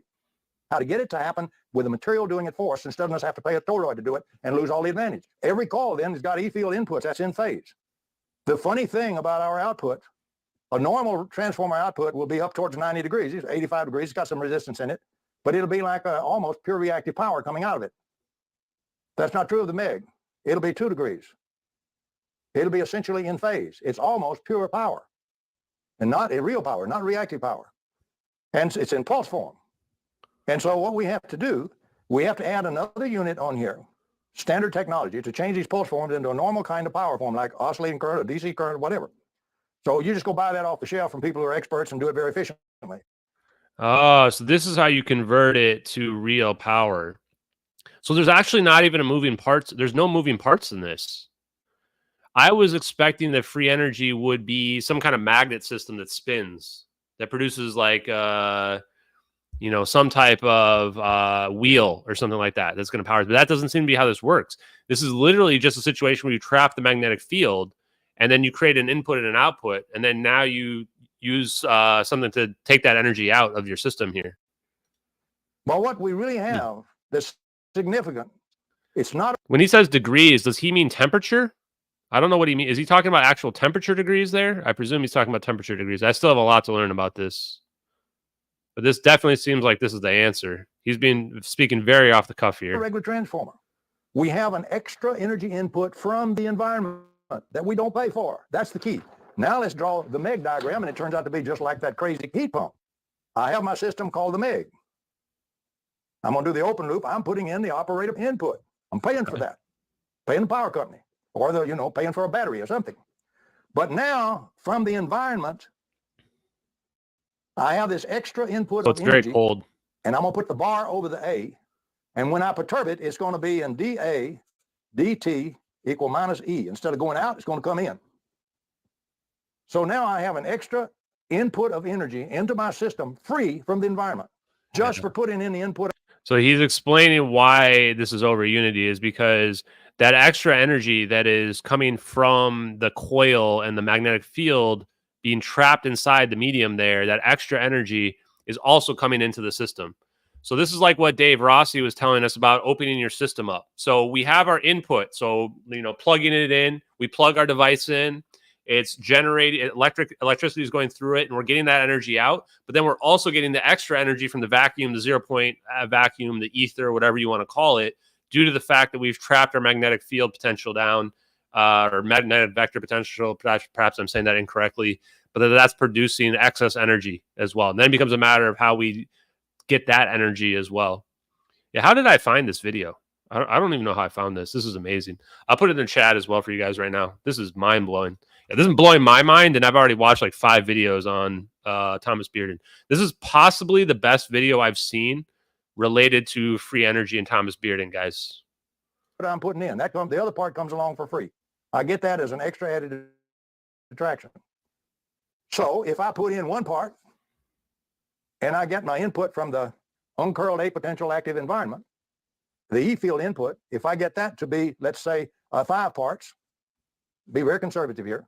I can make it 10 or 12 or 100 parts, but it'll burn the insulation right off the wire then. It'll destroy the unit. But suppose I settle for 5, I adjust the rise time and decay time until I get this 5 parts in. Now, coming out, I have input here 6 parts total. The part I put in, I pay for. The 5 parts that the environment puts in, I don't have to pay for. So I have 6 parts of energy coming in here. A normal transformer can be about 85%, 90% efficient. Recapitulating, I pay to input 1 part. The environment is now, by the way we have it adjusted, we make the adjustments in the input until we get this effect. Let's say it's putting in 5 parts. And now we have a total of 6 parts, total energy being put in here. Okay, let's suppose this is 90% efficient. Coming out of that, then I'll have 90% of the 6 parts, which is 5.4. Yeah. So my energy that I'm getting out 5 times is over unity. 5.4 parts. Okay, what's the COP? I put in 1, I get out 5.4. Divide 5.4 by 1, 5.4. the COP is equal to 5. Holy 0.4. shit. Coefficient of performance of 5.4. Holy. Yeah, if I had come out in 2015 with this, I would have been killed. I truly do believe that. I actually believe that we could only come out with this information in 2024 and I wouldn't have been silenced yet. Like this is major shit, chat. This isn't a joke. We're not messing around. Like he's showing you the math equations. He's showing you exactly how it works. He's explaining how it works. He showed us Elo Prigozhin's textbook that explains it as well. Talks about the Ehrenhoff-Bohm effect. This is all verifiable science. None of this is pseudoscience that somebody came up with. If you want to know why this isn't out there, it's because it's been suppressed. Pretty simple. Yeah, this is 500% yield for whoever just put that in the chat. This is over 500%. That's what coefficient of performance 5.4 means. Crazy. Yeah, I don't think that was temperature, though, that he was talking about down there. I think that was like resonance, phase degree. Yeah. I don't really understand what phase degree means, but I'm gonna write that down so I look it up later. I'm gonna have to watch this like several more times, chat. I didn't realize this was gonna be like crazy. I haven't watched this yet, so this is mad. This is real crazy. I get 5.4 times as much usable energy out as I get in. This is just an energy converter.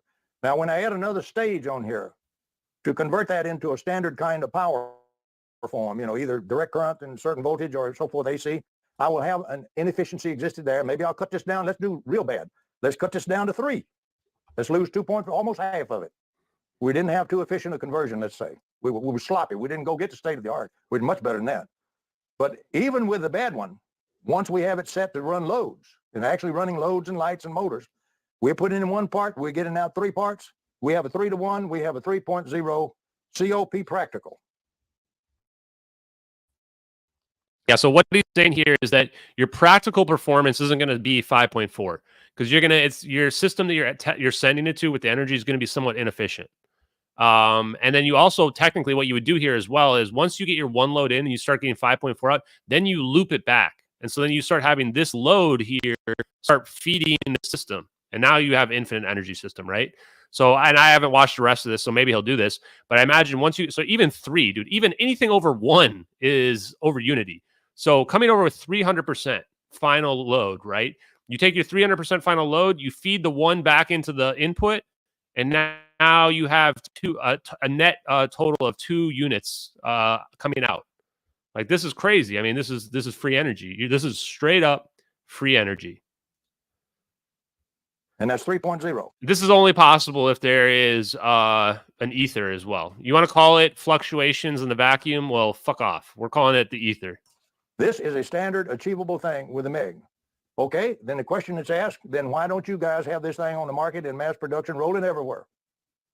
It's a very good. Great question. Why is it not out there? I think he's about to tell us that this has been suppressed for 100 years. Are you guys ready for this next part? Because everybody asks, why haven't we produced it? Why haven't we built it? Why is this not on the market? Let's see what he has to say. Question, because let's see why we don't have. What is going on in the MiG that we went through? We pointed out that the E field hits every one of those coils. There's a little bit of out of phasing and everything. They're not all on the same phase. And each coil, once it gets an E field, fires at every other coil and everything's feed forward, feedback. That's a highly nonlinear situation. And that is the devil and all to try to precisely measure. Trying to measure an individual signal in a dense signal environment is not a simple thing. That people can do it, but it requires special instrumentation and highly specialized measurement equipment. Forget your normal oscilloscopes and probes. You can never straighten all of that out. You do it by trial and error and adjust it until it's mostly additive. What we need now is to do all the precision modeling and all the precision work, to work all that out with a math model, to work out the actual measurements and the characteristics of the material, how that affects it and all this. That's 1 year of very hard work. You've got to have 4 specialists in special areas to work with you to do it. We're trying to measure all those exact signals and work out what we would call the transfer function, exact mathematical model for the transfer function of the MiG. If you build those all out of phase so they're subtractive rather than additive, you'll build a worse transformer than a normal. You'll be better off throwing all that. So you need all of those electric and magnetic fields to be perfectly in phase in order to achieve this output. That's the problem. That's the issue. So then the real thing is there a tool that you can use that will allow you to, let's say, get it perfectly in phase the way you need? That's going to be the trick. Okay. It's not just a matter of building it.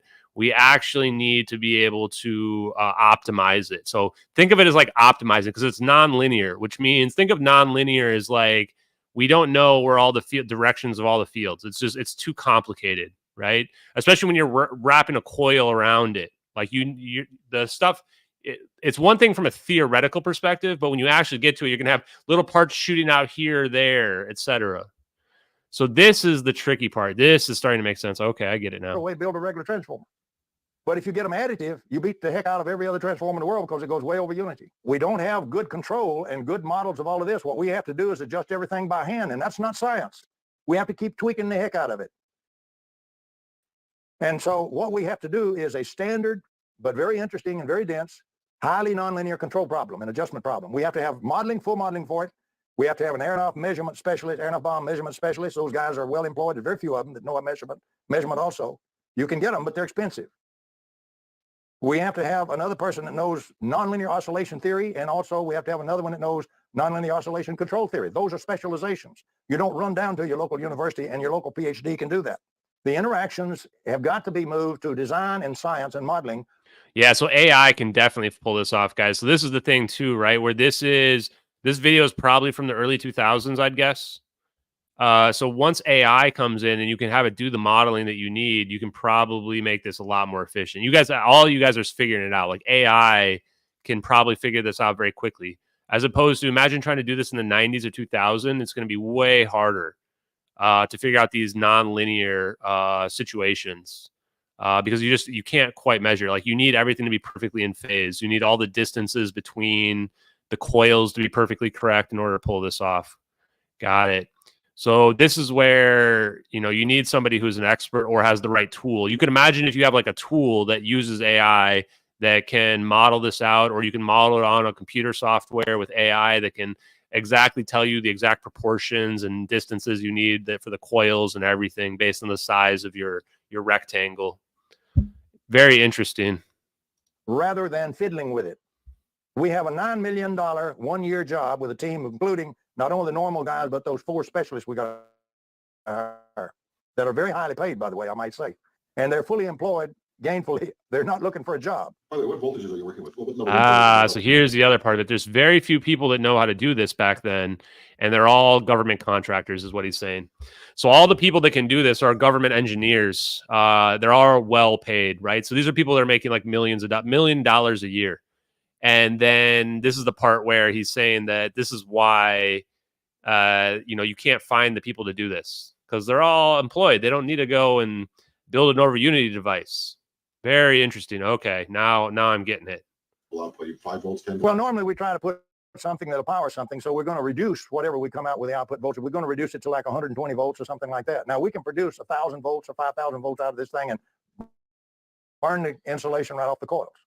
Normally as an input, we'll use a battery or we put in a circuit in front of it. So we can also limit the output. So as opposed to we could pull 1,000 volts from it, but we just want to pull like 120 volts. Then because if we pull too much voltage, we're going to burn the system. We're going to burn the coils, right? So because this could theoretically produce infinite energy. And this is very interesting because remember my Eric Hecker interview. When we did the Eric Hecker interview, he said that there might be an exotic power source in Antarctica. What if they have one of these devices? If this is all it takes is the amount of money, $9 million, governments produce these things 100%. And then they have basically an infinite energy generator. You put one of these down behind your, what do they call that thing? Neutrino ice cube detector, whatever the hell that thing is. Now you've got infinite energy for that thing. For the record, I'm just going to go ahead and say real quick that I'm not suicidal in any way, shape, or form, and I'm very happy, and I would never harm myself in any way. I don't have any weapons to harm myself, and I'm not going to fall in any pits or anything outside or anything weird like that. I also didn't get the COVID shot, so I'm not going to die suddenly from a heart attack. Yeah, just want to put that on the record real quick. It's been a little while, so I felt like it was about time to say that again. Which is a switching circuit to do the switching to make it oscillate and give us the rise time, get the decay time. So you put in a circuit to do all of that, and you adjust and tweak the circuit for the various tunings you want to do. It's a sort of a tuning nightmare almost to get everything properly tuned. But when you properly tune it, it does produce what I've got on this paper.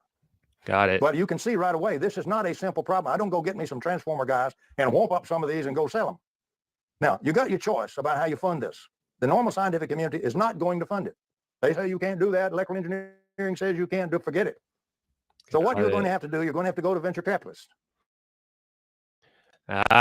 Okay, so this is why the universities won't do it, because they're CNN brains and they think it's not possible. And then it's too expensive. No one wants to spend their time on it. Tuning it's really expensive. This is why they don't do it. So where do you have to go? You got to go to the private labs. The private labs is the only place that will do this, the defense contractors. And of course, this is why we don't know about it, because it's hidden. So either you go to private investors, people that have millions of dollars that want to invest in this to produce these devices. And then what happens is the government comes and knocks on your door, and then they make you sign an NDA. And people think, well, you couldn't hide all this. Yes, it can. Yes, they can. And yes, they do. And once you know how to do it and government comes and knocks on your door and makes you sign an NDA, you're making whatever money. You're selling your shit to Mark Zuckerberg. You're making Mark Zuckerberg pay $200,000 for a free energy device, right? Maybe even more. I don't know. I don't know how much. I guarantee these billionaires have free energy devices in their bunkers. Elon Musk probably has one too. I at this point, I'm pretty sure Elon Musk has one as well. Here, it's a mixed bag, a mixed breed. There are some good venture capitalists. There's a whole bunch that ain't too good. You cannot work with, as we discussed before, with a government agency. They'll steal you blind and patent around you, all around what you've done. So you're still going to have to go to a risk venture capitalist. You're going to have to convince him that the risk, in fact, justify the investment on the front end. If you look at the risk analysis figures, they're great. How big a payoff is power systems and systems that produce a steady 3-to-1 output electrically? They say once we run it through the hopper, the year that we want to do on it, where we have good models that we can design it in advance, we can put the coils exactly like we need them, exactly where we need them, exactly with what orientation and so forth.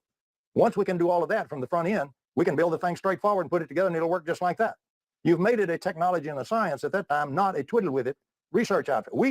Yeah, so you make the device, and then all of a sudden your lab burns down, and then you just lost your investment and all the time that you spent. That's probably what happens, right? You make this device, you spend your $10 million getting your lab set up, and all of a sudden, mysteriously, your lab burns down. Whoops, right? That's what happens. The old G-men come knock on your door and burn your shit to the ground. We have a lab bench experiment that's successful. We do not have a ready for production device that can be cranked all across, by the thousands, put on the market. We're approaching all the control problems first. So now this explains too why it's not on the market, because it's not a situation where you can build a manufacturing plant that is turning these things out. It's a very manually labor-inducive process to build just one of them. Now I see why it's difficult. And the number of people that can do it is very small. And unless you have some AI tool and robotics that can put it together and detect it all and make these things, and that's what the limitation is. Now I'm seeing it. I'm a business major, so now I'm starting to see the issue here and then if anyone were to come in and screw you over and take down your system, the problem is that each system takes so much effort to craft that if they were to just throw a monkey wrench in your system, now your whole thing's going to fall apart. Yeah, you want to make sure your lab is blue, by the way. Make sure you have a blue roof on your lab if you're building these things. First, we have to do all of that first. Now, in the United States, we tend to be stupid a lot of times. We took nonlinear. He just said we tend to be stupid in the United States, guys. We can credit Thomas Bearden with the first CNN Reddit brain comment. We tend to be stupid in the United States. He just explained Reddit brains. Oscillation theory and control of nonlinear oscillation made them two separate fields. If you use the U.S. control system, the guy will have you chasing strange attractors for the next 10 years. If you go to the Russians, they'll laugh like the devil at all of that, and they'll say, there's no problem, even random oscillations, we can control straight away with our theory, but they put the two together as one field. Fortunately, their results of their control theory, which is far superior to ours, are now available in books in the West. We have a few people now who understand and are trained in the Russian system. So we would jump all that other stuff and go direct to the Russian control system and use that to begin with. Once we have the math models, we have the phenomenology fitted to it, and we have the ability to design and build and scale up, and it'll work that way with just minor tweaking. At that point, we're ready for production and marketing. We're not right now. We are ready for the final stage of development to go from a lab bench experiment, working, successful, to pre-production model ready to go into production engineering and production. The beautiful thing that we have a recognized, proven, certified mechanism which does re-gauge that space around where the air and off bomb is effect, and it's in the literature and proven. I don't have to reprove it. So is it scientific? It's interesting that he mentions that Russia had figured this out. I want to figure out what year this was as well. People asked, what was the situation with the blue roof? It's something about directed energy weapons can't work on blue roofs or something. They don't work on blue. I don't know if it's true or not. It's a funny joke, though. Thomas Bearden, negative energy works. Watch the DVD set. Okay, maybe. Proven, yes, in the literature. Will the scientific community accept it? No. Because what they do is they say, oh, no, it's a power problem. It's electrical engineering. Electrical engineering says you can't do that. Now, they have been using the aeronaut bomb effect since 1959, but they've been paying for it like in little toroidal coils, not getting it for free. And the other thing is the people who have been using it are people that do itty-bitty quantum mechanical experiments. Nobody has thought to use it in power.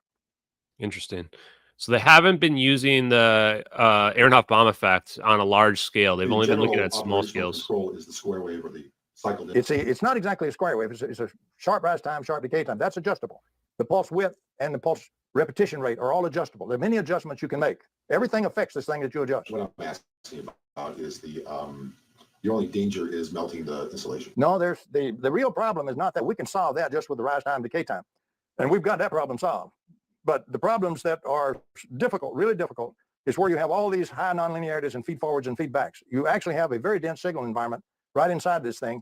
You have to measure individual signals in a dense signal environment. That's a tough job. But in theory, you could build a system where all of this is automatically calibrated. Once you have done the technology and the modeling, yes, you can do that.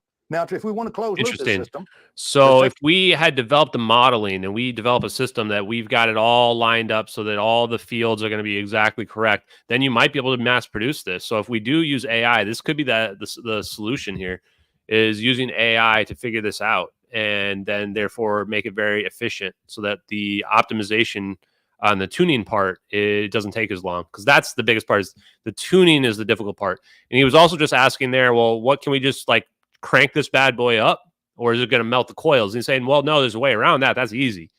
Something about you just how much you put in there, you just have it come out right away, basically, I think is what he's saying. So we can juice this thing up and then we can make it so it doesn't burn the coils out because we'll have it extract the energy very quickly, I think is what he was saying. The hard part is the tuning. Take the same system. Let's put a real efficient. So efficient, I'm going to say it's 1.0 because we can get 0.9 if we pay for real good guys to do it. But for ease of calculation, let's put a feedback system on this thing. Yes. And let's say it's he did the thing I said. 100% efficient. So I don't have to worry. He did the exact thing I predicted, guys. He had to go feedback into the original thing, right? Exactly what I was saying he was going to do is draw a line around. He did it. Called it, guys. Worry about that figure because this 5.4 might be bigger, see? I'm using my 3 here with what we really got of it in practical after we got the shaping for loads. I'm paying that price. The actual output is 5.4, but I'm only charging the 3 because I'm willing to pay. I know I've got to pay that conversion price. It's not going to be that much, but I'm going to be very conservative here. So I'm going to pay 2.4 points and leave my 3. Okay, with this 100% or nearly 100%, I'm going to feed one part back. I'm going to leave 2.0 as the output. Back, yep. But the one part that I feed back now can remove my generator. And it's furnishing for part of its output. Yeah. Is now you don't need your generator anymore. So it's not going to run away.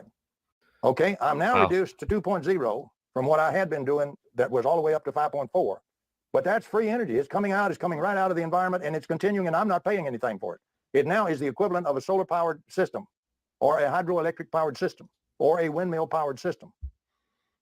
And its COP now is infinity with a closed loop.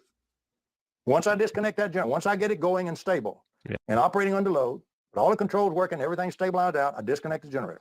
That's Krone's condition, by the way. Krone laid that down in 1945. The great Gabriel Krone, who built a successful negative resistor and self-powered the network analyzer at Stanford University, laid down the condition for making it self-powering. So we're just using Krone's method. Wow. I am not free to name the university that's working with us. We are working with a foreign university. We had to go completely out of the United States before we find one that, in addition to non-disclosure, would sign a non-circumvention agreement. An inventor can't work under just non-disclosure. He's also got to have non-circumvention. You must not say that I'm going to change some coils and all and patent this thing all around you and run off with it. So if you have a non-circumvention agreement, you can work with them. We could find no U.S. universities that would work with us under non-circumvention. What's that about non-circumvention? So this is something about the legal patenting of it. And then MA says 0 point energy works they've known about for decades. Problem is you can't release it without causing the economy to crash instantly. Why does the economy crash? I don't get it. The economy is not a situation where it's all or nothing. Like you have to produce these, so somebody has to pay for these. So the way the economy would work, and this is something I don't agree with. I don't think the economy will collapse. The people that were working on fossil fuels will pretty quickly become obsolete, and people will move into the free energy market, and they'll start to build these systems for cheaper and cheaper and cheaper. But as you can see, this is not something you just instantly mass produce them. It takes a lot of effort to do so. So these things will be very expensive. I imagine they would be like buying a car. Buying a car is a big investment. But once you buy your car, now you don't need energy ever again in your house, ever. In fact, you could run your car, if you have a Tesla, off of, you have a battery on your wall, and you have your free energy device feed your battery, and then you charge your car off your battery, right? That's the future. So I don't know. I don't really agree that it's going to collapse the whole economy. Because they are charged with making patents, and they'll try to out-patent you on your own device. Yeah, so they're getting, so this non-circumvention agreement is so that they don't out-patent you on your own device. Yeah, so this whole patent thing starts to get real sus with the patenting of this, right? We found one in a nice foreign country, and we're very satisfied with those people, and we're working very close with them. They are deliberately, to be purely scientific, staying independent of us. They will not accept funding from us. They're using their own funding, which is meager, but they're using their own funding, so scientific independence is being maintained. The things that I've described we have to do before we get to ready for pre-production engineering is a minimum of 1 year and a minimum of $9 million. Any way we price it, when we get the people that we have to have, the specialists, the equipment, the new test equipment, the new methods of test, new test guys that do that kind of testing, it's an expensive proposition. It's not cheap. But that's peanuts compared to what we're spending on hot fusion, or what we're spending on all kinds of things, fuel cells and things like that. They're spending billions of dollars here. This is scalable. This is doable.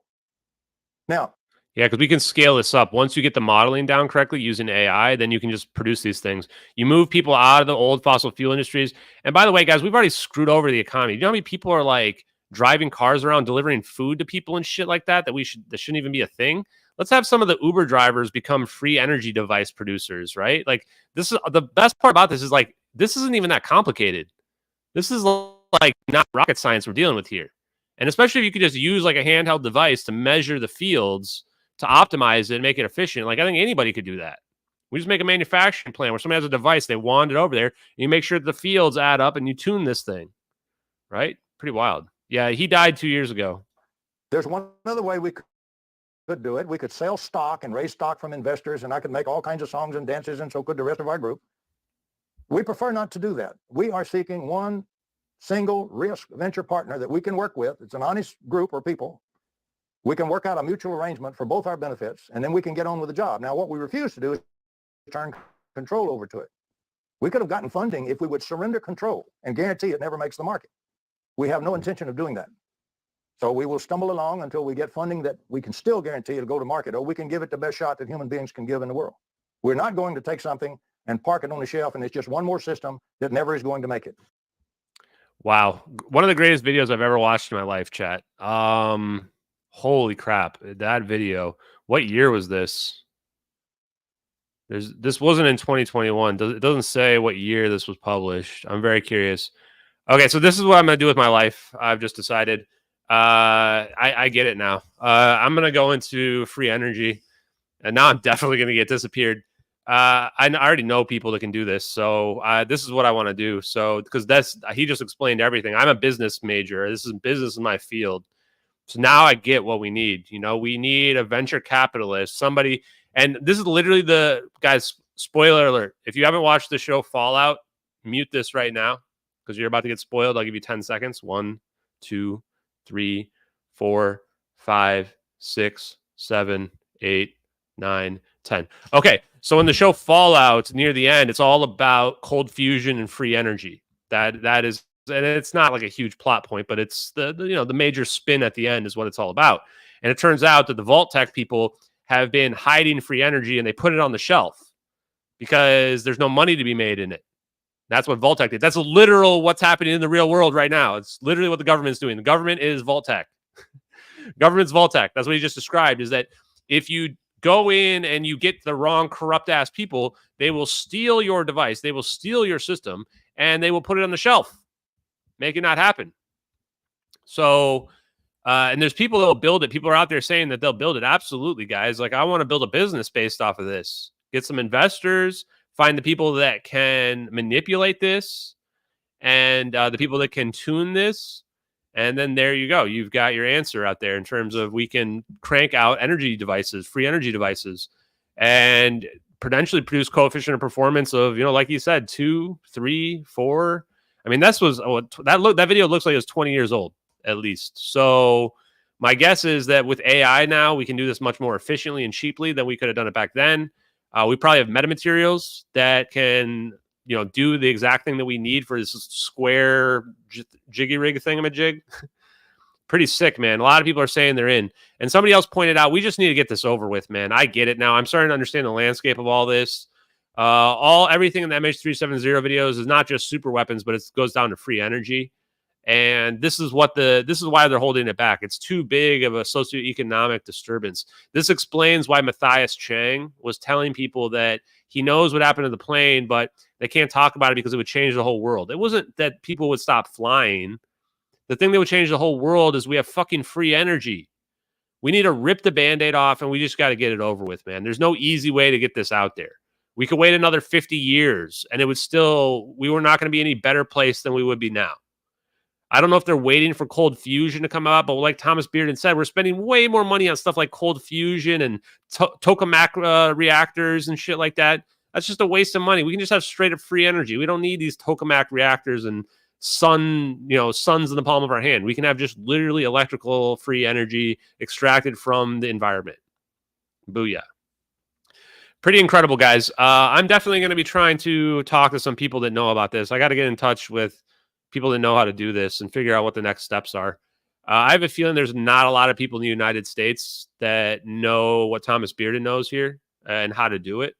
My guess is we're talking like dozens of people, not even more than that. But this is the reason why I'm doing this for you guys, is that I want you guys to see how it's done. We're opening it up for everybody. So I guess it's a race from here on out to who sets up a business to do this first. I'm going to come up with the best name. So I'm a marketing major as well. So good luck, guys. I'm going to call my shit something awesome, like Beats by Trey.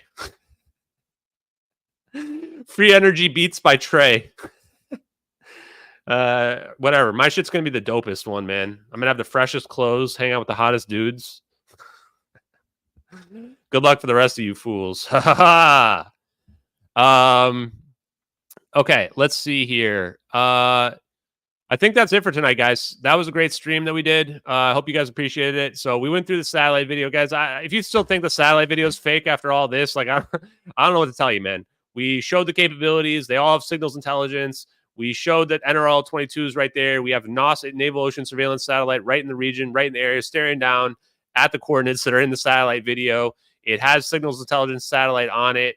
It basically has to be in the constellation because it's a low Earth orbit satellite. It doesn't have optical capabilities. Only 5 satellites in operation even have optical capabilities anymore.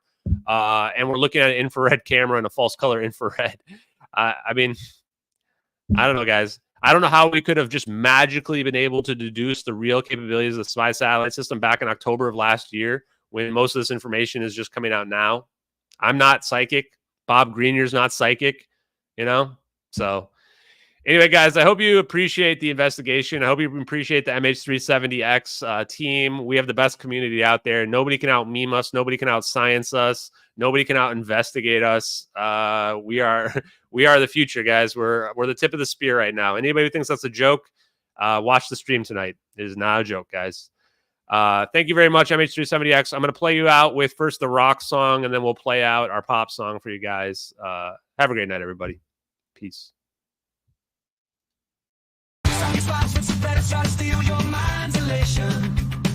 Monkey scrolls like Reddit trolls while Ashton gets education. Real evidence points to facts. I'm not the plane with Malaysian. Macroscopic phase conjugation. Macroscopic phase conjugation. It's the edge of the world and all of technological civilization. Let's get walls right out of sky to an unknown destination. Rewriting laws will drop the jaws of humankind stagnation.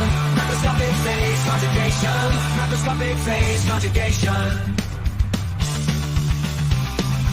Patterns, files, and physics laws can lead to teleportation. Martini glass, don't forget to smash the like button on occasion.